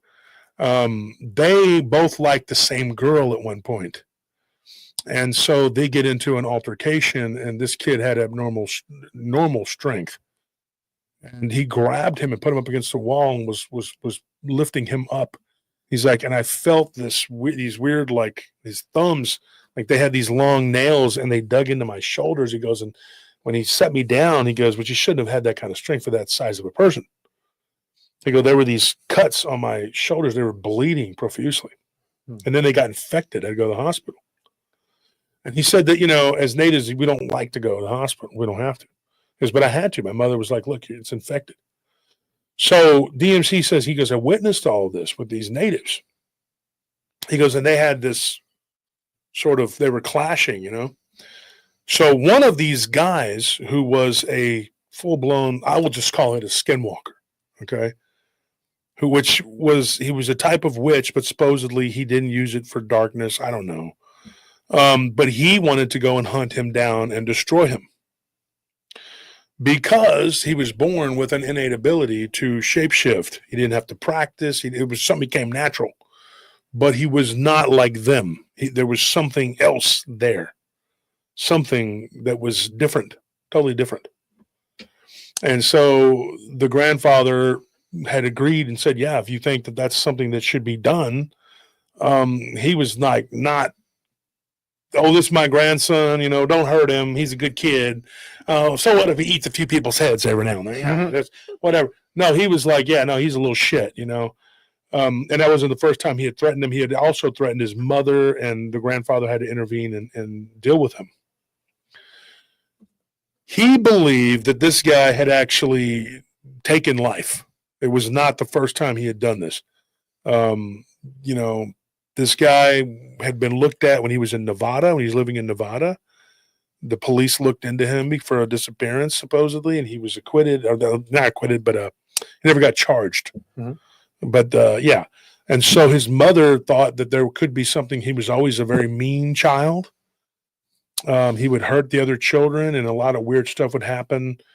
And so they believed that he was, so talking to this kid's mother, which Coop says that he did, the mother told him that whenever she had relations with his dad, what ended the relationship was him partially shifting while they were in the middle of coitus to look like one of these sort of mantis-like creatures, but still very human-like. But like maybe, so her thought was he was probably a hybrid himself.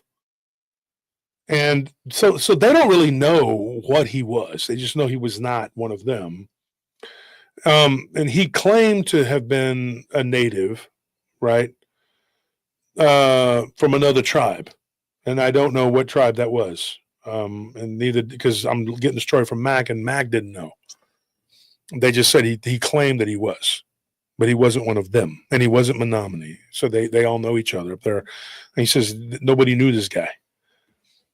Whenever this went down, his grandfather had decided, that it was not ethical to destroy the child, even though the guy had left and he knew something was dark and wrong. He held out hope that the child would be born. And if they raised him correctly, it didn't matter. Genetics being a powerful thing. It was, it had to be, it's very hard to say, hey, that somebody's going to be evil. Mm-hmm. There's nothing you can do about it. And he knew from a very young age that the boy something was wrong with him. Yeah. And so there were issues between. He's the kind that puts strychnine in the well. And so you had Alan, who was friends with this guy, but it was a very up and down friendship, because he couldn't trust him. The dude, Daryl, was a bully and had done many things that weren't correct. And so, I asked this guy, Mac, I said, do you feel like that, you were in danger around this guy? He says, I did. I really did. He's like, I felt like this guy would kill you as soon as look at you. He did not have a normal human emotion. He goes, and after having taken the LSD, the DMT and all that, he goes, I could see aura. His was just red, like anger. Yeah. And he's like, and he goes, I believe that his dad was somebody who was creating these, was just drifting around making these hybrids. And he goes, and maybe at some point they end up, awakening to what they are, and then maybe being a part of some greater plan. I don't know. I know that we are told that they have a hive mentality because of their nature, of what they are. I don't know. I mean, but after the conversation between the DMT guy, the hippie dude, I don't know his name, and then the grandfather, the elder, the shaman, who's no longer alive now, but at the time. And he said, one of the things that he said, look, he's like, I've known that this guy was dark. And he goes, and I do appreciate you stepping in and defending me. He's like, but I'm protected. He can't hurt me. He's like, but he can hurt those that I love, like my daughter. And so How he was he really protected? worried. Huh? How did he get protected? Like, What do you mean? did he say what protected him? No, Oh. no, I don't know. I asked Mac. Mac didn't. Mac's not a native. Mm. He's just getting the story from them, you know. And he talked about what he saw, them changing, and you know the things that were going on. I mean, like he can't tell you any more than that. But he said, I'm protected. He goes, I'm not in any danger because he can do things himself. Like, according to the grandfather, he could shapeshift. And according to Alan and Coop, they'd seen him do it. They had seen him do it. So this was not something that there was, you know, it was not just a normal everyday thing, but it was something that they were capable of doing. And I'm telling you the truth that just, you know, there might be natives that their tribes don't do it in front of them. They may not know about it or whatever, but I promise you, there's somebody in every tribe, just about. We've talked to the Arapaho, we've talked to the Shoshone, the Lakota, the Navajo, the Utes. Who else have we talked to? You know, there's multiple different tribes of Cherokee, Chickasaw, Choctaw. We had the one guy that told us about his uncle. I mean, if I had to guess, I'd say all the tribes. You know, it's just Algonquin. Roger was Algonquin, my friend. And his grandfather was, you know, full-blooded Native American.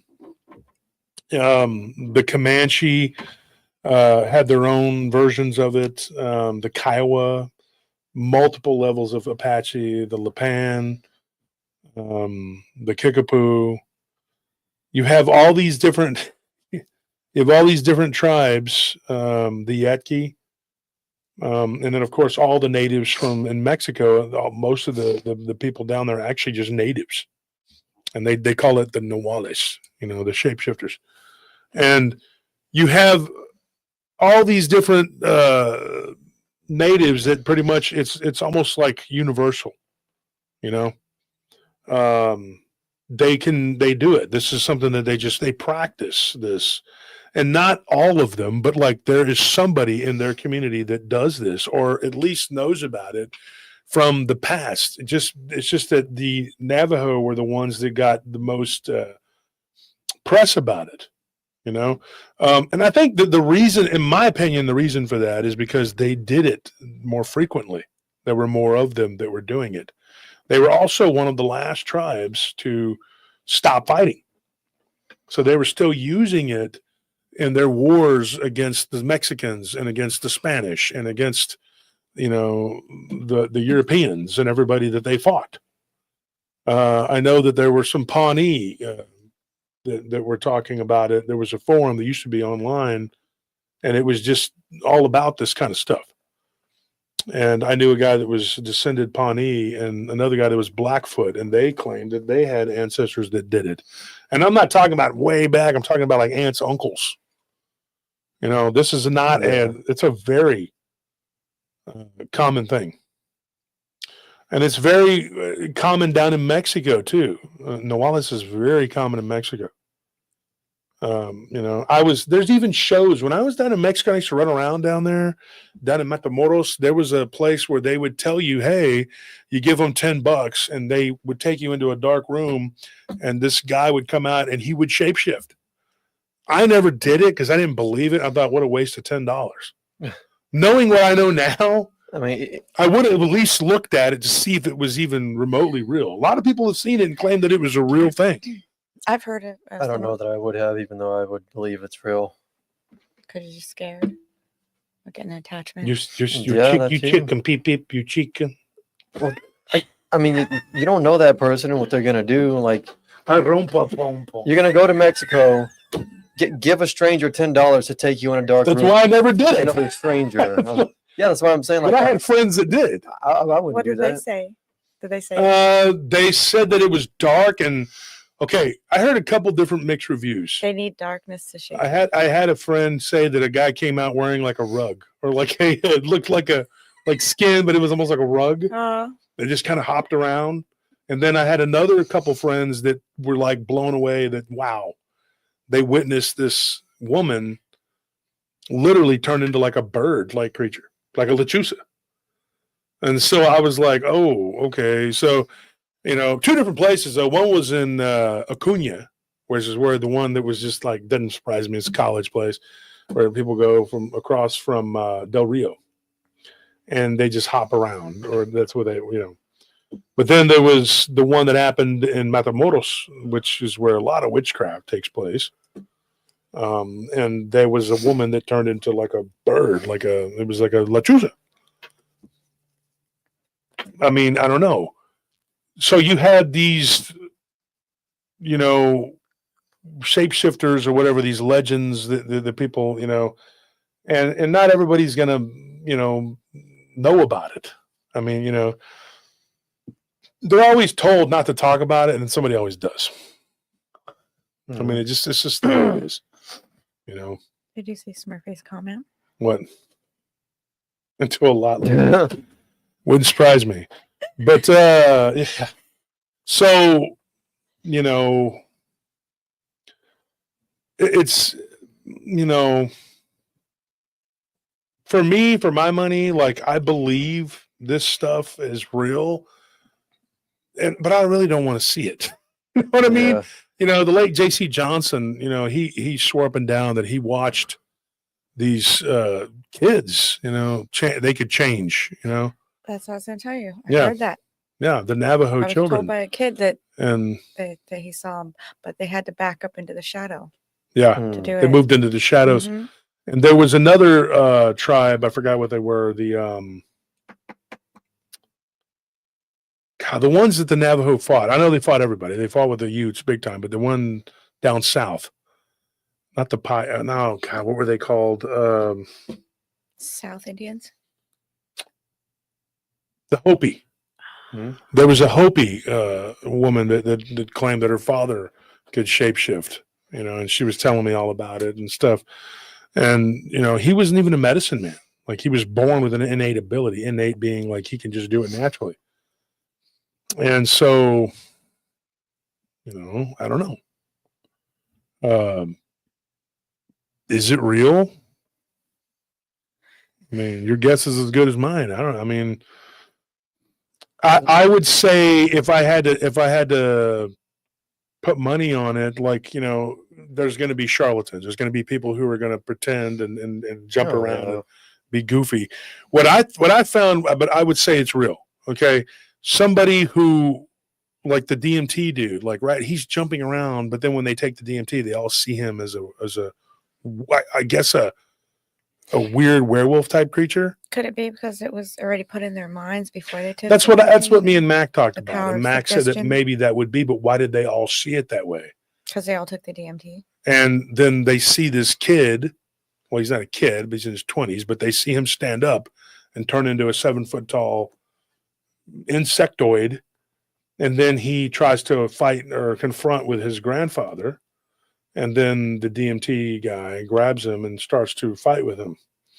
One of the things that Max said too is when they were fighting, it looked like a ball where it was white and black, almost like a yin yang ball, but it was just swirling around. And he said it was bizarre, There's definitely something to it, though. Yeah. So that's a weird story. One of the things too that I remember that stuck out with me was the grandfather when he was talking about his grandson and him tearing up and saying that he knew he was lost. He was not a good person.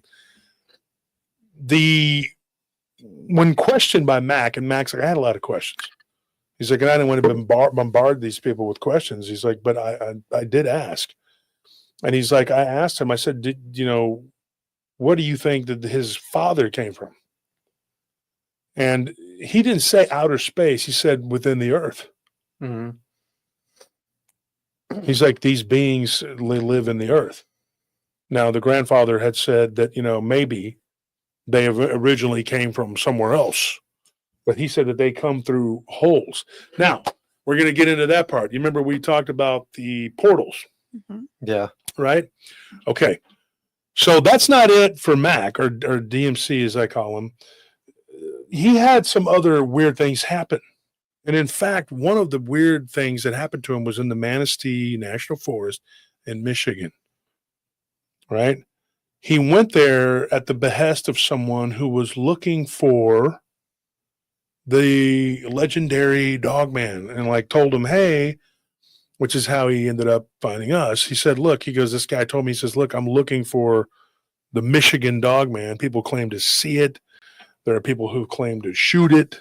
You know, different people have, you know, and the Manistee National Forest is a very prominent place to go looking. People find what they're looking for sometimes, you know. And so he's like, you know, we decided that we were going to go and we were going to check it out. And so he did. And he went there and he told me all about what he saw. And the talk of the aliens, the demonic alien entities from the first episode we did on the live stream, he saw that and he said, dude, that's what triggered him to talk to me about this. So it involves that. It involves these Dogman type creatures and portals. And sorry, folks, we didn't get enough donations, so you're just going to have to wait until Sunday. You know, we're up here for donations, folks. Don't you see me? Don't you see me begging with hat in hand? You're only gonna hat in tiny hand. Look, you're only gonna get that story with a PFP. I mean, with a PRT premium membership, premium membership, premium, platinum, and rhodium members only.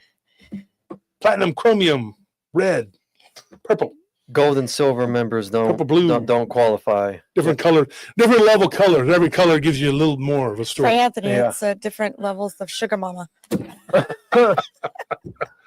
Oh, shoot. I had a friend who, let me tell you a funny story. It was not a long story, but Logie probably knows him. He's on here. Scorpion D know him. But one of our friends, this dude we call the Yeti. Mm-hmm. That was so bad. That's not really his. I mean, that wasn't. I'm guessing he probably wasn't like the smartest guy. He wasn't one of us. He would just. He wanted a nickname, so we gave him a nickname. But he ended up with this sugar mama, who was very weird. She was looking for a sugar baby, and like I'm not joking. She wanted him to wear like adult diapers and stuff. Oh, okay. I don't want to know. I'm not gonna get into it. I'm just telling. I'm not gonna tell the whole story. I'm just saying. He goes, yeah, it didn't go so well. He was a goober. He's working at the club. He wasn't a bad guy. I mean, he ended up getting a head injury because people beat him down. Him? You remember? I know you remember him. Must have been desperate for money too. But he was bragging about. He was telling me and Lee. I don't know if Loki, Scorpion D. Y'all remember Lee? He was a professional BMX rider. He was bragging to me, Lee, and Chief one night about how he was going to get this sugar mama. But then he goes to this woman's house, and she's like, comes out, and she's all like wearing this latex, and she's like, she looks like a jelly bean. Okay. He said it was horrible. And she came out and was like, you going to be my baby. Like, he goes, and she's talking, she's a white woman, but she's trying to talk like how people think. She had a lot of fantasies that are going on. Like one of those Raisin Bran raisins that Timmy used to have, like they were playing the instrument. Oh, yeah. Oh. So she was a white woman, but she was talking all black, whatever. And so he was like, dude, why are you talking this way? Like, and she's like, I want you to be my little baby, my little ghetto baby, and all this crap. And so this dude, he never answered the question. And I said, dude, did you play along? And he never answered whether he put the diapers on or not. No. Frazier, from Jamaican. If Frazier. he didn't, he would have said no. I'm talking. Y'all know Frazier. Yeah. Frazier was like, you did it. You did it. Well, yeah, that's why he didn't want to answer. You nasty bumpercut. You did it. Nasty boy. You nasty boy. Why are you gonna do that? You gross. Yes, Maddie. That He's means like, yes, he did. He never said he did, but we knew he did. Yeah. You should have changed his nickname to Sugar Baby. Well, we did. Oh, we started calling him that, and then this one guy, Ross, was the new wasn't the head of security, like the new floor manager, whatever. I wasn't working there anymore, but you remember how it was when y'all would go in there with me. I was still like it was like I was in charge. I'm not bragging, but I was, in that very deadly, dangerous ghetto club, I was sort of like a big deal. You're like, yeah, good. Go there. Nobody wants to get the slime on them from there. No, but I was still kind of like I had clout there. You know, I could go there and if I told a bouncer to do something, they'd still do it. I mean, like I was the boss. I still wasn't working there anymore, and I was no longer the boss, but I was still kind of like an honorary boss, whatever. So at the end of the night, one night, and they were teasing him, whatever, and I told him to lay off of him. I mean, just No, I'm they sorry. They were participated in that. nailing him, dude. And Ross, this one guy who was the new manager, whatever, he was saying something about Dude, why would you tell people? so we started calling him Sugar Baby, and D, you know how my brother is, he just took it all the way, calling him Sugar Baby, and he got real mad. And he got into a fight because of it later on. This guy called him Sugar Baby when he went outside with that dude, and that dude worked him over pretty bad, and that dude's friends jumped in, hurt him. Oh, that's not cool. So I told him, I said, dude, we shouldn't have been calling him that. Well, Never I jump wasn't, in. But anyway, and then he quit the club after that. I wouldn't blame him. It was, because the guys, they were very, they were like, Minch, Uber Minch type guys, they're all alpha male type, rowdy, like a horrible, it's like detention pirates. times 1,000. Very, like land pirates. Yeah. And they're going to rag you and ride you. And if you gotta be tough, man. I've seen bouncers make other guys cry, like just picking at them so bad. You gotta have thick skin. Starscream was in on that too. He used to be, we were talking about that the other day. Skinwalker. Thick skin, like skinwalkers. Thick skin. Some want to Q&A. But Q&A, yeah, sure. What questions you got? And put them in capitals so I can see If you them. got questions, or if you want to put it on there, let them come on and ask. Questions. Warcry, hey, what's up, man? We're just talking about Native Americans. Yeah, it's and Warcry has been on the show. He's a Native American. Oh, it says right on there. Patreon. Is there something I forgot? Yeah, they're asking about they're asking if this is the Q&A for the Patreon people, and the answer is no. No, we're going to do that on Patreon. If you're a Patreon member, and if you're not a Patreon member, go join. Are they able to join? Because remember, there was some kind of weird thing that they did. Yeah, I mean, they're still able to join Patreon. Okay, make sure you can. But join everybody Patreon. can see the questions and answers. And if you want to be entered into the giveaway, become a member. That's what we do with the giveaways for the members. So you'll be in green. So just buy a membership. I think it's like what, $5, $4.99 or something like that. Yeah. And you could be entered into the giveaway, which we're going to do in about 15 minutes. Marcus says vampires like Ornias don't live long enough. What do you mean by that? Isn't Ornias still alive? Probably. He was a very high-ranking demon. I would suppose he's probably. Yeah, Rebecca, I would say so too. Taos Pueblo.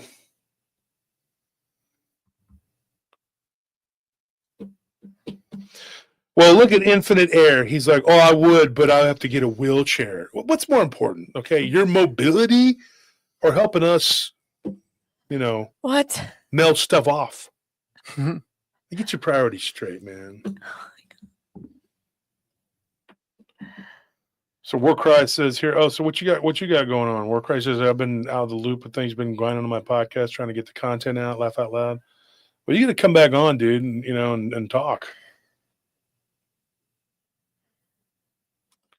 Thing just froze up. My mouse just froze up. What's going on here? Move. Got the little hand up like that. This hand? There it goes. Now it's moving.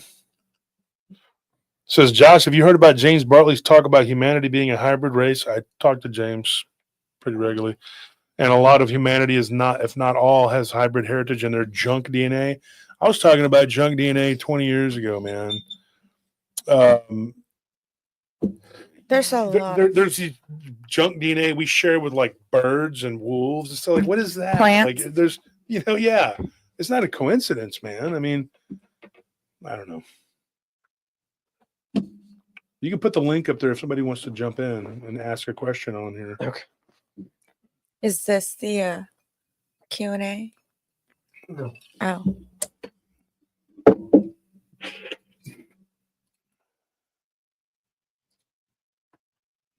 Exactly, D. It's the Russians. When all else fails, just whatever you don't like is a Russian bot. Seems like both sides use that Russian bot thing. It's like, all right, for sure, Warcry. Yeah. So you got a Patreon now. So he's got a Patreon. Go check him out, man. He's a Cherokee from Oklahoma. He's been on the show a couple times. Warcry is a Patreon member? No, he has a Patreon. Oh. He's got a show too. Put the name of your show on here so they can go check you out.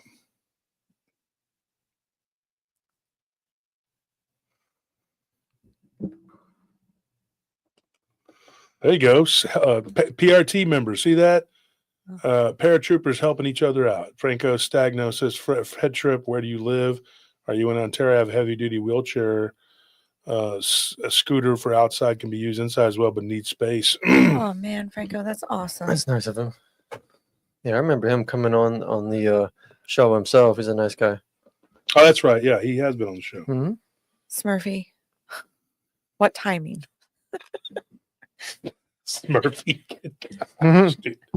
Well, thank you for that. We appreciate it here at PRP. Because, I need another truck. I just need, what I need is just a lot of stuff. I just need to have a lot of stuff to stuff into my tiny house. That's all it is. It's just being greedy, folks. We're just greedy. We're just greedy people. Can't believe the stuff these people come up with.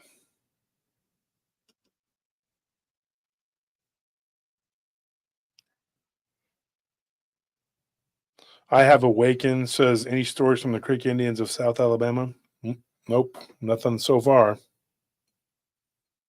Frank says, can I come on? Yeah, sure. If you want to jump on, put the link on there and then you can hop on. Hang on, let me pin it because I posted it just now. Exactly. Lawrence says, not going to lie. A Voltron wheelchair sounds awesome. It does. I could have used that when I had the gout in my foot. Which we think we've pinpointed what it was. Yes. It was a medication that I was taking. So we're not 100%. So I'm not going to say it. I don't want to get sued by the pharmaceutical industry. But we think that may have been what it was. Disclaimer. It was a vitamin. No, I'm kidding.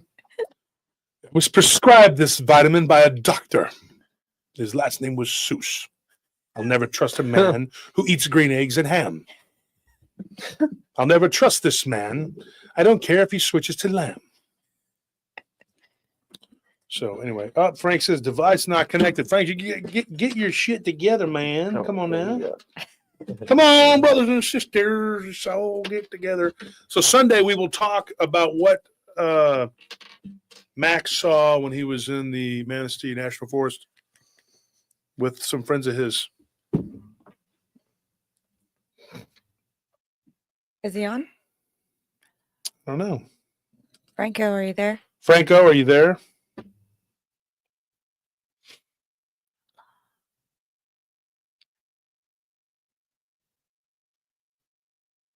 Thank you, Infinite Air.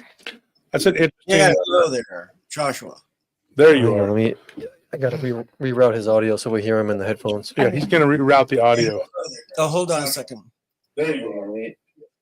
I'm here. His audio so we hear him in the headphones. Yeah, he's going to reroute the audio.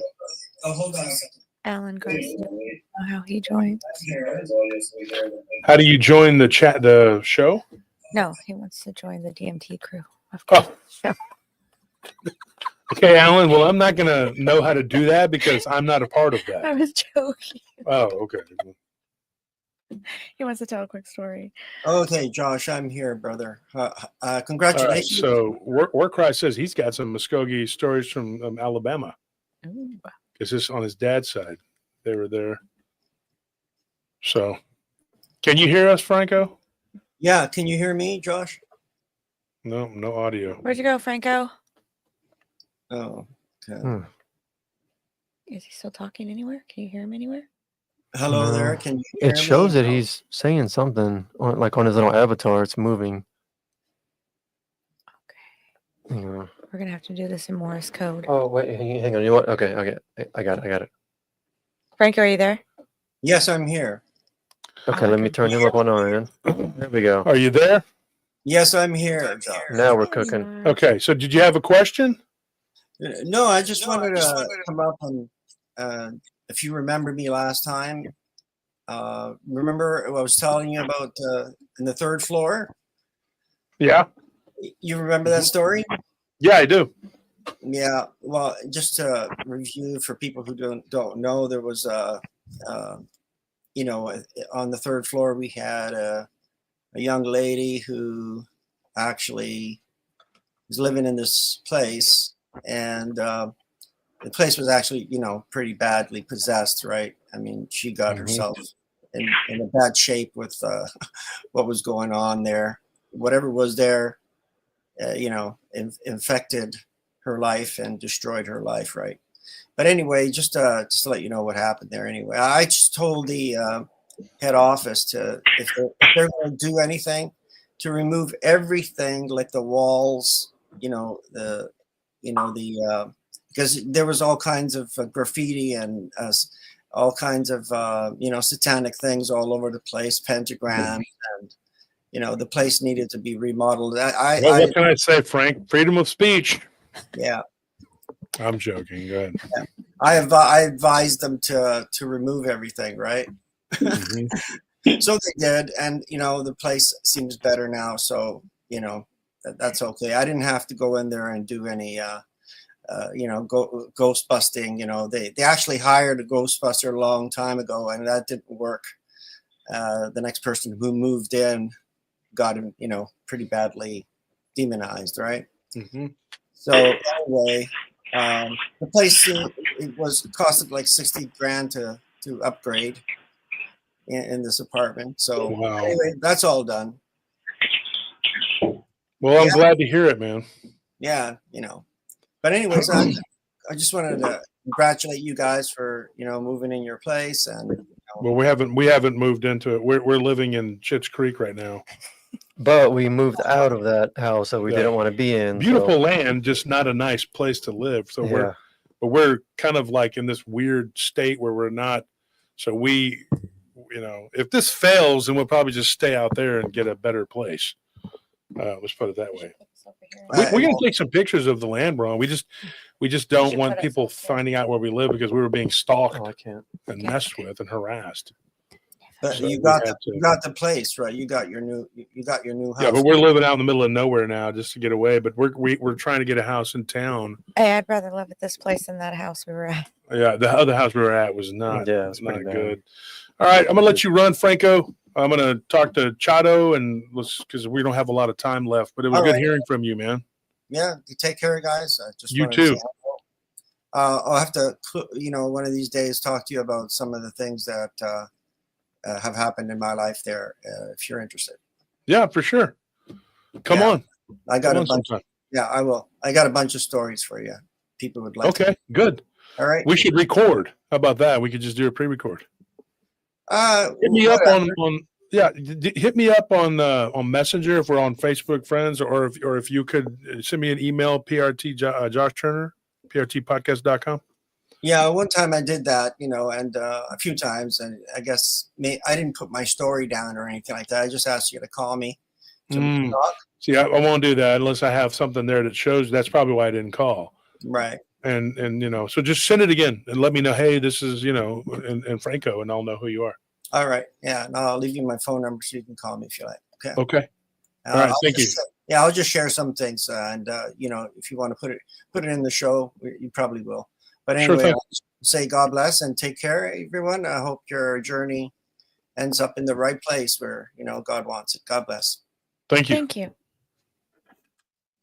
So, Chato, what do you got going on for us, man? Hey, how's it going, Wolf? Nothing, bro. It's just something really strange that I ran into on Monday. So, like, I work out of town a lot, but I really stay central here to Colorado and the surrounding states. So on Monday, I was driving from Colorado Springs to Durango, Colorado. And I encountered like some weird fucking creature I'm sorry, I cursed. I encountered a weird creature on the side of the road. And this thing was like unlike anything that I've ever seen. And like the more sense that I try to make of it the next day, like driving to the next job site, like What time of day was it? it was like in the broad daylight. It was like around noon, but it was snowing. It was snowing, and like the roads were kind of slow, you know, like right here, this road, it's normally like the speed limit's normally like 55, but I was going like 15 to 20 miles an hour. So I got like a really good look at this thing. And it was like just so bizarre, man, because like the more sense that I tried to make of it later on, like trying to convince myself that it was a deer, like the more that I realized that it wasn't. So like I was driving, like it was just like a 2-lane highway, you know, like just one lane going up and one lane going the opposite direction. And when I hit that certain point in the road, like the 18-wheeler, there was like so much gore on the road that the 18-wheeler, like the traffic was completely stopped on the opposite direction. And there was traffic like behind me and in front of me. And there was no way that I could like stop or turn or get a picture to get off, you know? So like, that's one thing that I regret. But at the same time, like if those things are in the area, like I probably don't want to get off the truck. But so what I saw, it was this weird thing, you know? So like driving up to it, like I was like, all right, so like there's probably like a roadkill on the road and there's like just a traffic stop. And when I paid close attention to this thing, bro, like I noticed that its front legs were like really long and like pale. And I was like, all right, so it's a deer. I was like, all right, so where's like the deer's knees, you know? Because they all have their little knees and their legs face backwards when they run. Was this closer to Durango or closer to? Yeah, like basic and like was it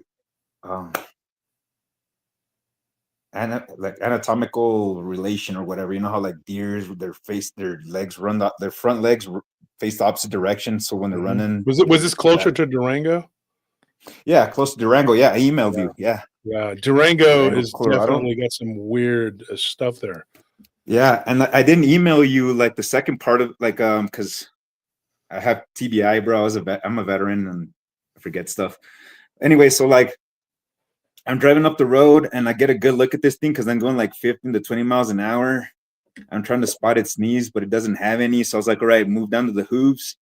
And there's no hooves, man. It has like these weird little paws. They straight up look like this. Like it's 3 fingers, or I don't know how many digits it had, but they were fat and like it had like a really pronounced thumb and like a little bean-like pinky. And then I was like, what? All right, so I immediately move over to examine its head, and its ears are like really close together, like at the top of its head, like a marsupial, right? Like a rabbit or like a kangaroo. And then I look at its eyes and they're really close together. Like, you know how deers are like, I mean, there's preys and predators, you know, like prey, like they have their eyes on the side of the head. Yeah, and its predators eyes are like more close, like really close together and like really small and round and black. And then I looked at its snout and it's really like prolonged and long, like a coyote's, but its front teeth are literally like sticking out like my fingers, like this, and like because I'm holding the phone with both of my hands, but like the teeth were literally sticking out like the front of its snout, like fangs, like this. And so like I was like, all right, whatever, that was a deer, it's mutilated, it got hit by a truck. I'm just trying to convince myself, but like I really did get a really good look at this thing. And the next day when I'm driving over to the next job site, I just started analyzing it, you know. I was like, all right, so deer, their ears are a certain way.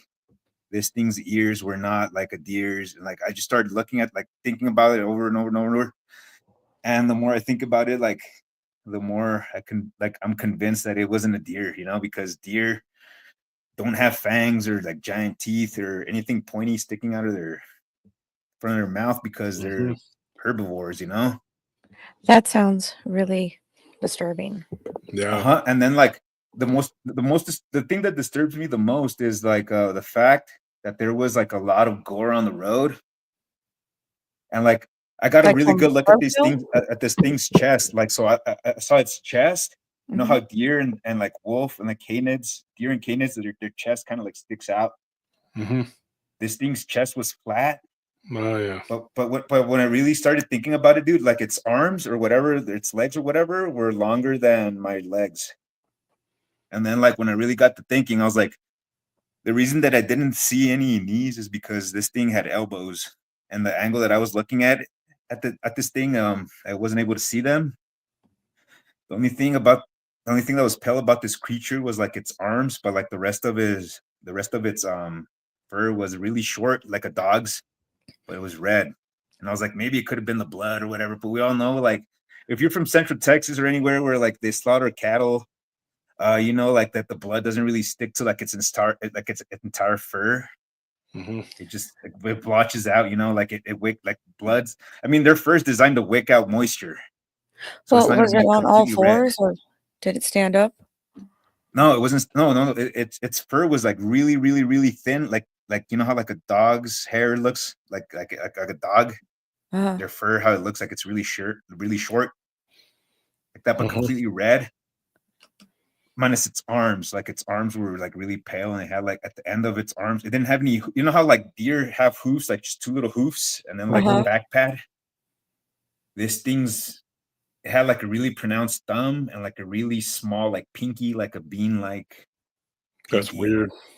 That Yeah, sounds but like what disgusting. bothers me the most, dude, is like I don't know what that mass is on the road. Was it that like it's like Do you think it was eating what it was roaches? feeding on plus like its hind legs or like the other half of its body, or was it its complete body? Because if this thing has those types of different, oh, let me tell you, the skull was really defined, like really round. It wasn't like triangular shaped like a deer.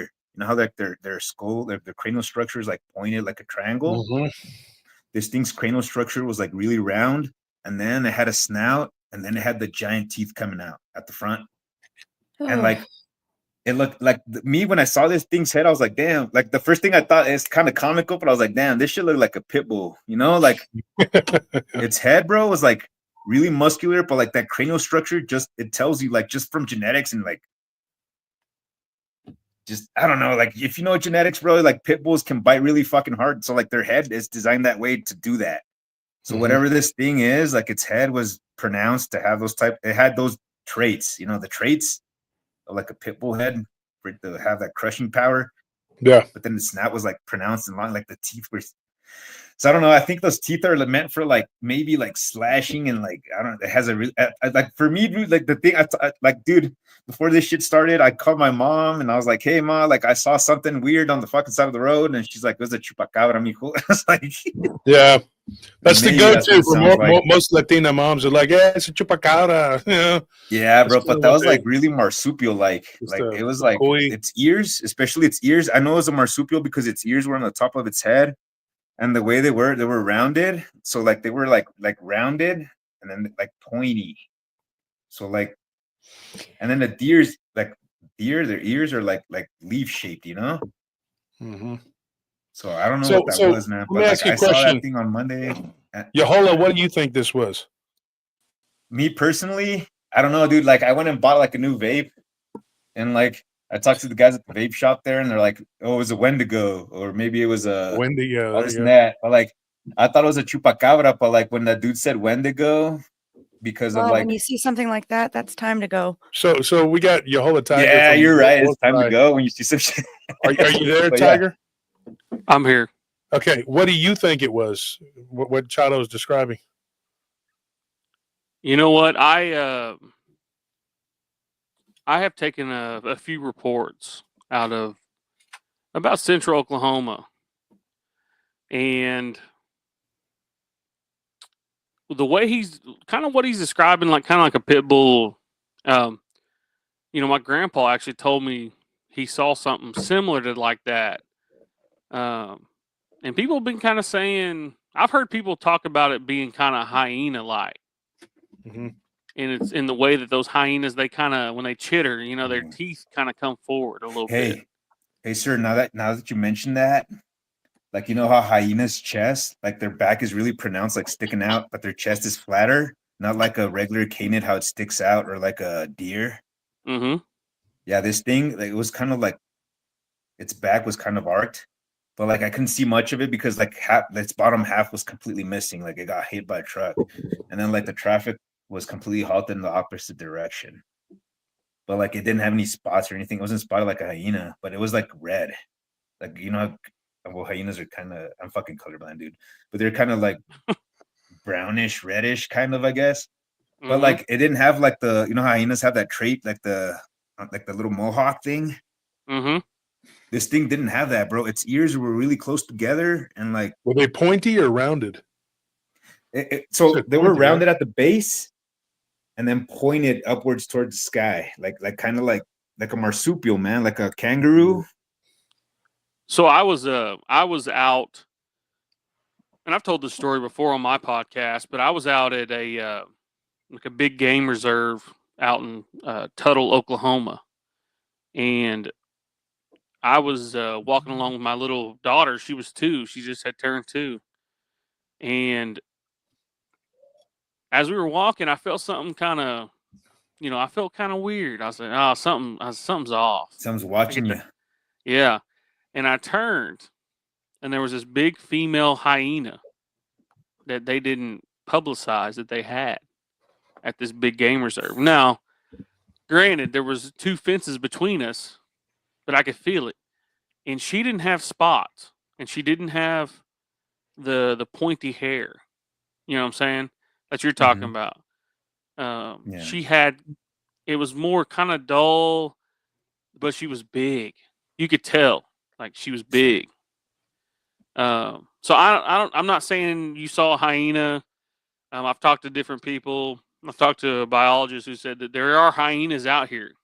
Like, they're different than like when they're in a big pack. They're kind of a-holes to big game predators. But when they're by themselves or in small groups, they're different. The so road I don't know, I was man. driving on, it's like in the middle of a canyon. So like it's like right next, it's like in the middle of a canyon, like heading from, I forgot the name of the highway, but it's like from Colorado Springs to Durango. But like it's just nothing but like a lot like canyons and like winding roads and stuff. So like maybe now that you mention it, like this thing was probably feeding on something on the road and it got hit. But like there was like a lot of gore on there and like on the road. But like hyenas' legs are actually like proportionate to their body size. But this thing's, I'm not exaggerating, this thing's legs were like longer than mine, dude. I'm 5'11". And it's they're not legs, like it's front arms. I'm not saying their legs or arms, whatever the fuck, like its front limbs were longer than my legs. And it had like these weird little, how do you explain, like it didn't have hooves or like the pads that dogs have. It had like really pronounced thumbs and like a little bean-like. I saw it. I got a really good look at it. Unfortunately, I wasn't able to like stop and get a picture, but like I saw that thing, man, and like the more I tried to convince myself that it was a deer, I was like, that was a deer, man, and like I was like examining like the traits and everything I know about deer, like it's the way that they're shaped and everything, and this thing was not a hyena or a deer. I know what hyenas look like. They have really pronounced jaws and like rigid necks. This thing had like a thin neck and like a really round cranial structure with like a pointed snout, and like it just didn't add up. It looked like something that was not. It looked like something that got fucking like pieced together, basically. Yeah, it's crazy. So I didn't hear the first part of your story. I apologize. Well, he says the F like, word a also lot, like so. Here's the second part that I didn't email Josh. Okay, Chato. Let's say the F word. Let's try to not say it so much that the YouTube people come down on me. I apologize. I was in the military, so it's like I like saying the F word too, but I just haven't. Right, so like like game on YouTube. I got you. So like the second part of that story, I was headed from Durango, Colorado to Delta, and there's like a gas station there along the way, and I stopped there, and I noticed that one of the guys the guy that was working there was Mexican. He was playing one of my favorite songs called Dos Días by Tito WP. So like I was singing the song and like he was singing it too. And then we were just chilling, and then I was like, hey, man, I saw something really weird on the side of the road. Like, do you mind if I like talk to you about it? And he's like, and then after that, he's like, hey man, like he was like really interested. He was like, hey, tell me about it. And I was like, all right, I got you. And I was like, hey, well, he's like, what did you see? And I was like, I saw this thing. It looked like it looked like a deer, but like a coyote kangaroo deer thing. And then like he's all like, and then he snapped his hand. He's like, what did its hoofs look like? And I was like, it didn't have any hoofs. Like it had these weird little fat hands, dude. And he's all like, yeah, there's a lot of weird stuff in Durango, and it's not the first time that somebody tells me that they've seen one of these things. And he's like, a lot of people out like around here go missing. And like recently there was a young man that was training for like, because they're like the stretch, like the highway that's close to there is called the $1 Million Highway. Mm-hmm. He's like, yeah, there's people that come out here to train for the $1 Million Marathon all the time. And this guy was a local, and he ended up missing. And when they finally reported him missing, like 2 days later, they found like all of his belongings and stuff, but like they didn't find him, which doesn't make any sense because they chalked it up to like bandits like kidnapping him. But like if you get kidnapped, bro, they're not gonna leave any evidence behind. They're gonna take everything that you have and like sell it to the black market. So like, and Durango is weird. Is we have a file in southern Colorado. That's all it is. It's just a bunch of weird stuff like that, and it sounds like something that would be found there. Because the mountains there in Colorado, they get, and there's the other places. Was it Estes Park? I think so. Estes Park, and then Fort Collins. We had a few weird, like not deer stories. Not necessarily not deer stories in Durango because they don't have antlers, but they have this weird look about them. And they do sound kind of like chupacabra. We even thought about doing a show about southern Colorado, getting these stories of these chupacabra-looking creatures. Now I haven't heard one like that. Not the white. That to me is crawler. But no, just its arms, dude. Like its arms, like the inside. So like. It's like the inside of its arms and like its forearms, and like from its forearms down, and like its bicep, like the back of its bicep was red, but like the inside and like the forearms were white, like pale, but like the rest of it was red. Red, like skin red? No, the hair on it, like the fur, right? Yeah, the hair. Yeah, okay. And it was like pretty short, like it was really short, like dog fur. And it wasn't blood. But we all know like. Fur repels moisture, so it's not really gonna soak it all up. Well, they can. I've seen my dogs get their face and their neck, but not the rest of their body. But like, I don't know, man. Like its arms were pale, but the rest of it was red. That's all. Like that's what I saw. Like honestly, that's I got a really good look at this. Yeah, that's crazy. Yeah. Because I used to train big dogs, and sometimes we'd give them like raw meat, just sometimes, like as a treat, like something, but not too much. But they'll just get it all over them. They just, it's like, I don't know. It could have been that too, like because there was so much gore and like its bottom half was missing, so that could have been maybe it was pale, but like pale crawlers have like human-like traits, like their ears are pointed. They do. And they don't have a snout. Audacious Amber said something there, guys. Says fox colored. One of the creepy stories that we got was from a guy from one of the military bases. I don't know if we've told this one about the kitsune. I mean, there was one we told during the Strange Demons of Japan. I remember that one very specifically because that lady was convinced that her father had been seduced by a kitsune, but she put up a camera. And when they're in between changing, they look so weird. Like it's like the arms become legs. It's basically a skinwalker, but it's from Japan. Yeah, because they don't have. To say. Yeah, transmutating. I was they about don't to have literally say that. Yeah. No, so he saw him when he was mid shifting. Yeah, and of course, Tiger, you're native. I mean, like and people think if you're native, you're supposed to know all about all the different tribes and their stories. It's like, dude, you're Cherokee, you know about that, but. Your family, though, you said they're Red Stick from Alabama. Right? So my dad's side. So I've said this before, but I'm Hines 57 native in white. I got Muskogee Creek, Cherokee, Cheyenne Arapaho, Kiowa. So growing up, I got a lot of those different types of things, and what kind of what he's saying. I don't know if I should even be saying this, but I'm gonna say it.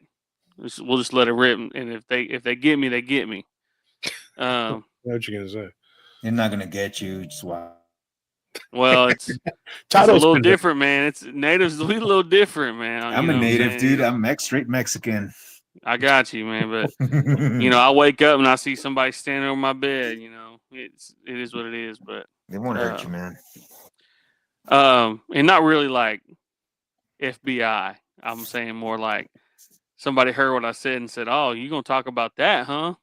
Okay, let me come see you real quick." Yeah. Anyways, good. I'll go ahead and give y'all this. They always say when someone is shifting, and this has been told to me by Muskogee Creek and Cherokee elders growing up, that when they shift, they have to leave their guts, with their human body. They have to leave the limbs that they want to exchange for the transmutation. Like if you want wings, you got to leave your arms. If you want talons, you got to leave your legs. And you got to leave them in a certain location, but you have to return to them before sun up or you get stuck there. Yeah. I'm gonna let you say it. I'm gonna let you say it. I didn't say that, but I'm gonna let you say it. Yeah, and like you can, like if you spray salt, like if you find limbs in the middle of nowhere, and you just fucking pump it full of, just throw salt on it, and when they come back to grab their stuff, bro, they'll be messed up. What's crazy? All evil about it. Come on, dude.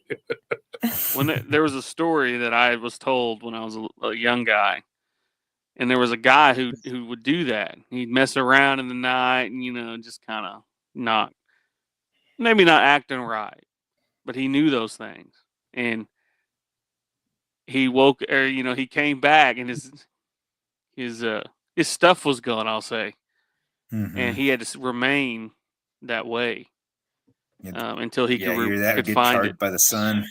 Yep. I have a question. Do you know why that is, that they have to leave their stuff behind? Yeah, because it's part of the transmutation. It's like an eye for an eye type thing. In witchcraft, you have to give to get. Now hold on now. Anybody who tells you, anybody who asks of you something to get something ain't good. Hey, I'll let you cook, but I don't call native medicine witchcraft. That's I just want to make sure people. Well, there are different levels of it, but it's all the intent behind it. Honestly, the intent. I'm native. Yeah, because if you looked at if are you Yatki? Yeah, I'm a heavy believer about like. Chano, what are you? Yeah, what are you? I'm Mexican. Like I was primarily raised Catholic, but I was lied to my whole life. Yeah, because the Yatki have a very strong, and they're from Mexico. They're from the south of the Rio Grande. But the Comanche stayed. There was a sect of the Comanche that stayed south of the Rio Grande so that they didn't get hemmed up and put on the reservation out in Stockton. And that particular tribe that stayed south of the Rio Grande, they were the antelope eaters. That is what I am. I'm a quarter. I'm literally, if I was in Oklahoma, I'd be considered native. But out here, I go to Fort Stockton, and they're like, "Get out of here, white boy!" Well, yeah, dude, I'm probably they're just like, probably from the same region, dude. Because my father's from that same region. He's from Parral, Chihuahua. Oh yeah. So like my descendancy is from there, and then like from Guanaceville. Well, my grandmother's from Chihuahua, and then like on my father's side, and then my grandfather's from Guanaceville, and then he was like one of the first paratroopers here in the army.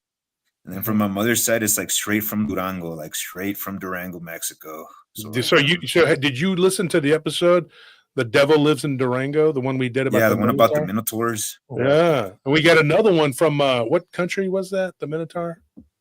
Slovenia. The Slovene. Oh, that one was creepy. We haven't done that one yet. I don't know how far like the underground network goes, man. It's probably like a void that just extends anywhere. I would say you could probably travel through mirrors is, too, bro. So like always like lock your mirror at night. I would say where Yahola is, you could probably go all the way to Mexico with that. The underground. Like I got my little thing right here. So yeah, I like to work with cords and stuff. Yeah. So you gotta be careful though. I mean, these things like portals are a real thing. People they act like that's not. It's some kind of hoobamajib, whatever. Because I believe that a lot of people are seeing these things come out of these portals, and I don't think that that's humans can use them too. They can, and I know that native lore talks of these things. I know that there were some Paiutes who were there was a story that they were jumping in and out of these arches, and it was like a ritual, a rite of passage. And sometimes a brave would jump through, and they would disappear. So it was like luck of the draw, where they don't know where you ended up or where they go or whatever. So that was like the story. The story never ends, man. It's just a tale between light and dark, and like it is what it is, and that's just it, man. Like some things we don't know what they are, and we can't explain it, but we try so hard to do that like it creates friction within our lives. But the only thing that we have to focus on is like helping each other and like being like building towards the collective, towards finding the truth is all we can do. What you were saying, what you guys were talking about, how it's like an eye for an eye, you have to give something to get. That's very much like negra brujeria. That's what that is. Yeah, it's black magic. Yeah, it's straight magic. Yeah, but that's when you're exchanging energy with something. That's when you're not driving your own motive, like your own energy. When you're not working with your own energy. When we did the story of the demonic alien entities, the recent one, where it was in William's house, where that thing tried to break in, and it was a tall, black shaped. It was almost like a xenomorph, but not quite. They look like that, and I think those are real. I think they live into the earth, inner earth, and I think that Geiger was tapping into that when he drew those. Which Ridley Scott latched onto it, whatever. But this thing was reaching in when he hit it with an axe, like he just had it right there by his bed, and he hit it. The arm, when they saw it again, the arm that was hurt had like an extra arm in front of it, and the other arm was just kind of dangling, like it was about to fall off, like it molted or something. Like Piccolo from Dragon Ball, dude. He just Piccolo, yeah, there you go. Yeah, dude. It's just cellular manipulation, bro. Like nanotechnology at its highest efficiency levels. Yeah. Yeah, Chano, you're gonna have to come back, and we got to record with you at some point, and same thing for you, Yahola Tiger. Check out War Cry podcast with Yahola Tiger. Do you got anything to say before we take off here, guys? No, sir. Just God bless everybody, and just the Most High always. And God bless you guys, everybody on this chat. God bless you guys. Thank you. And God remove all the barriers from your path. Exactly. Yeah, I mean, I appreciate you letting me hop on for this short time. And, War Cry podcast, YouTube, Spotify, Apple, wherever you just type it in, it's there. But I appreciate you letting me jump on here for just a few minutes. Yeah, man. And we're going to be back on Sunday, and we'll probably do another Q&A, whatever. You guys are welcome to jump back on and talk some more if you want. Whoever wants to come on can come on. I'm going to let you guys run, and we got to close it out here. I was going to say, Tiger, whenever we're done in the comments, you can post a link to your show in the comments for this episode so people can find it in the comments. Yeah, I'll pin it at the top of the chat so it'll be real visible. Sidewinder, just jump back off. Wanted to tell you, hey, we're about to run because we're at the 3-hour mark. But thank you to everybody who came on. Don't forget, go subscribe, like and subscribe to us and to War Cry Podcast. He does a good job. He's got some cool stuff. Coming from a native background, he is considered a Cherokee, though, by the law in Oklahoma. But like he said, he's got different types of native. He's mixed. But he's been on the show, and he's got some good information. There are a lot of stories out there, and people take offense. Like, when we made the song for the Skinwalker song, some people, not some people, one or two said something about it. And I said, look, it is what it is. We're never going to try to offend anybody. We don't set out to offend anybody, but we got to tell it like it is. And some people think that this stuff is just all fantasy, like it's just made up in people's minds. But there are those who I can tell you, I assure you, to them, this is not a joke and it is not fantastical at all. Okay. So we're going to do the giveaway for the shirts. We're doing the mail off tomorrow. Okay.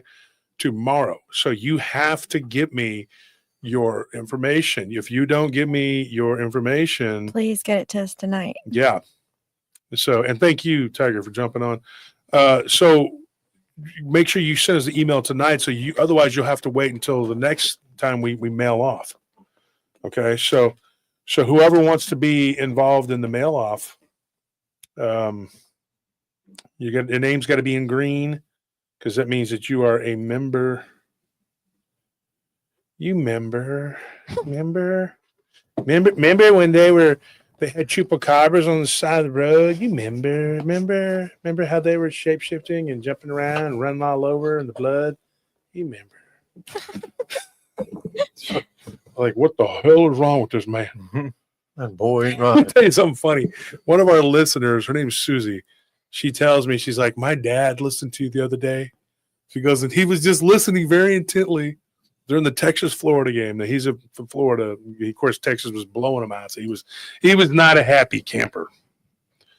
You know, you say that doesn't lend much credence to camping. It's like camping must really suck, because you use that. It's like he's not a happy camper.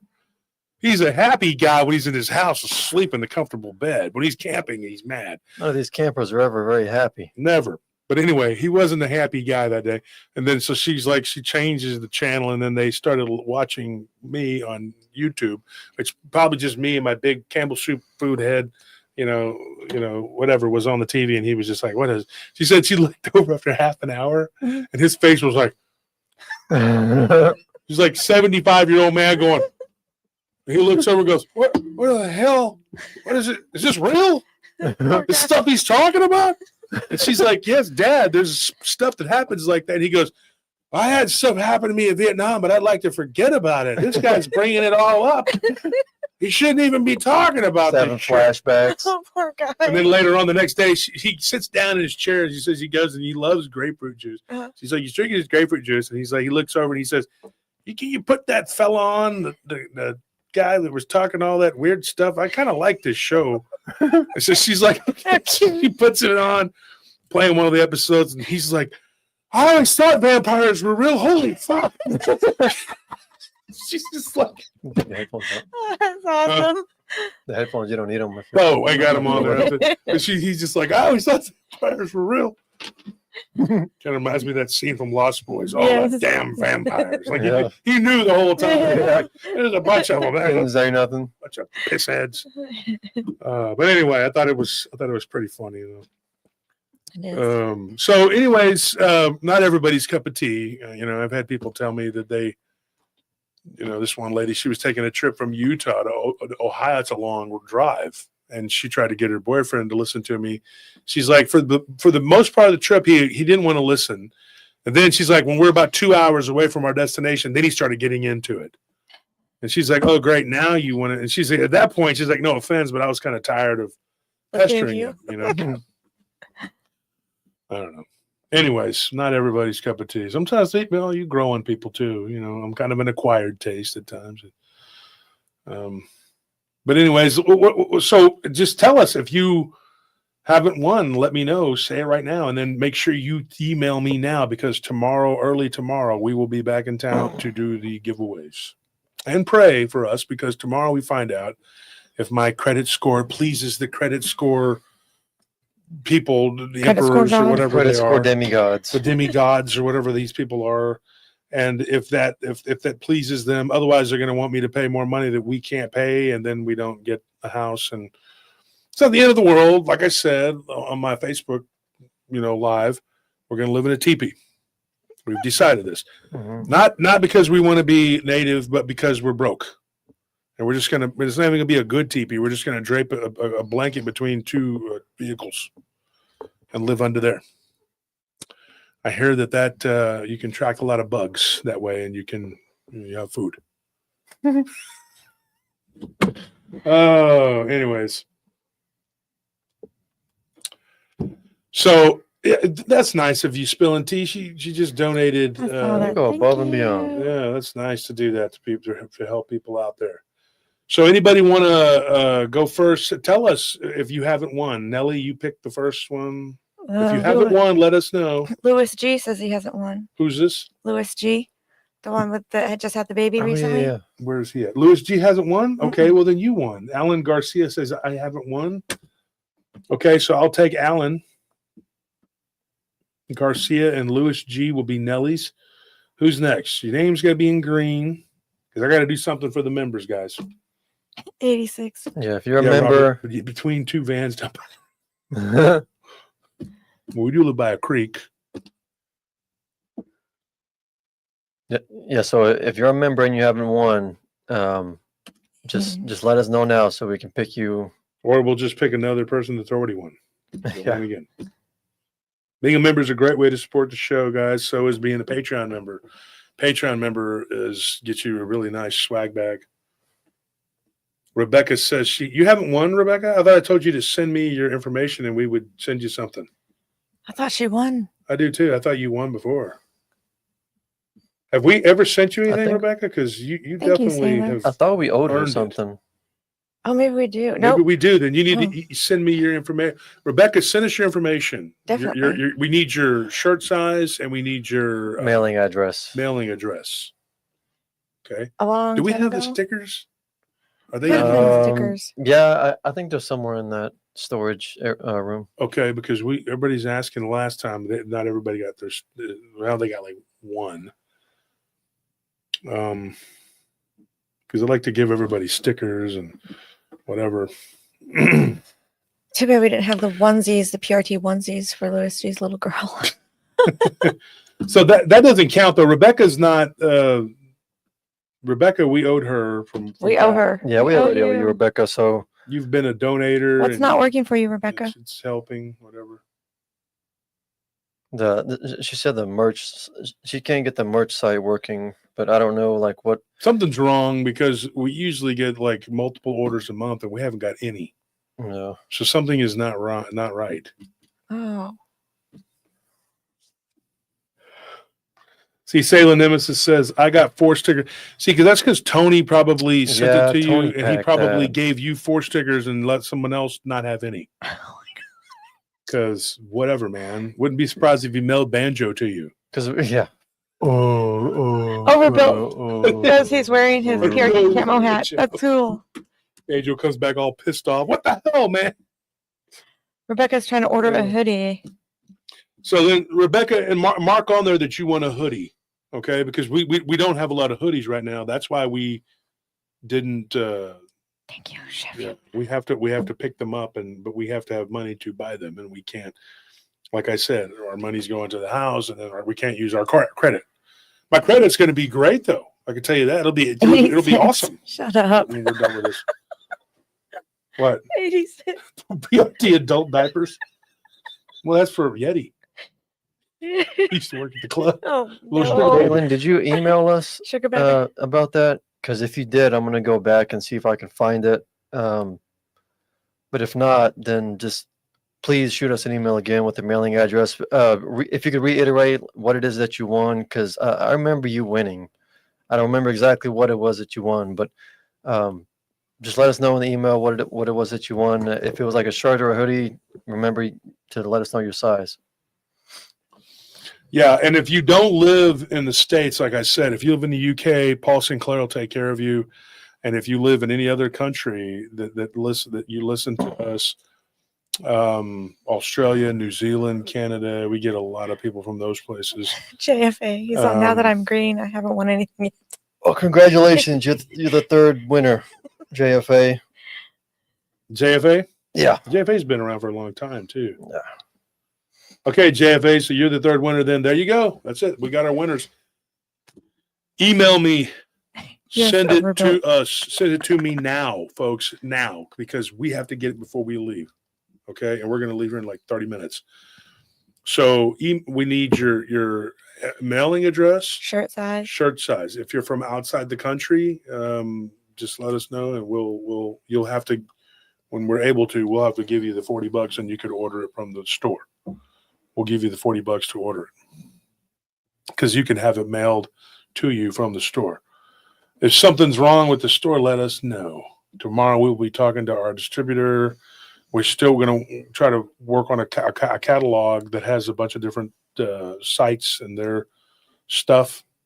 Warcry, if you're listening, you might want to get involved with that.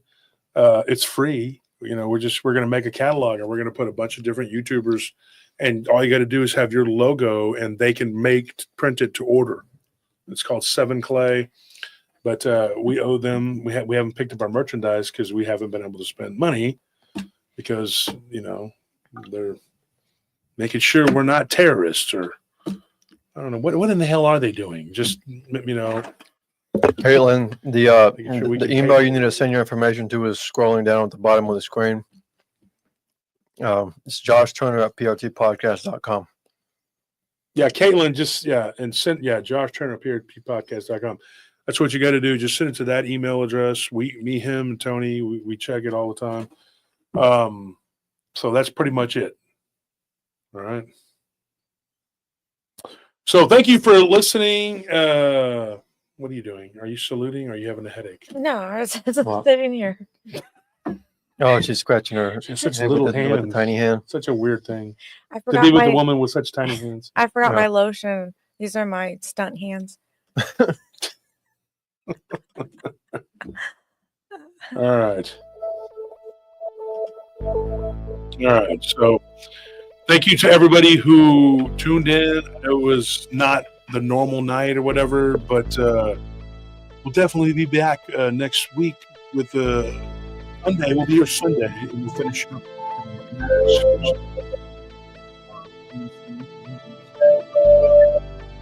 I can't hear you no more. Can you hear me? Oh, Lordy have mercy. Yes. Okay, so we'll be back. We'll have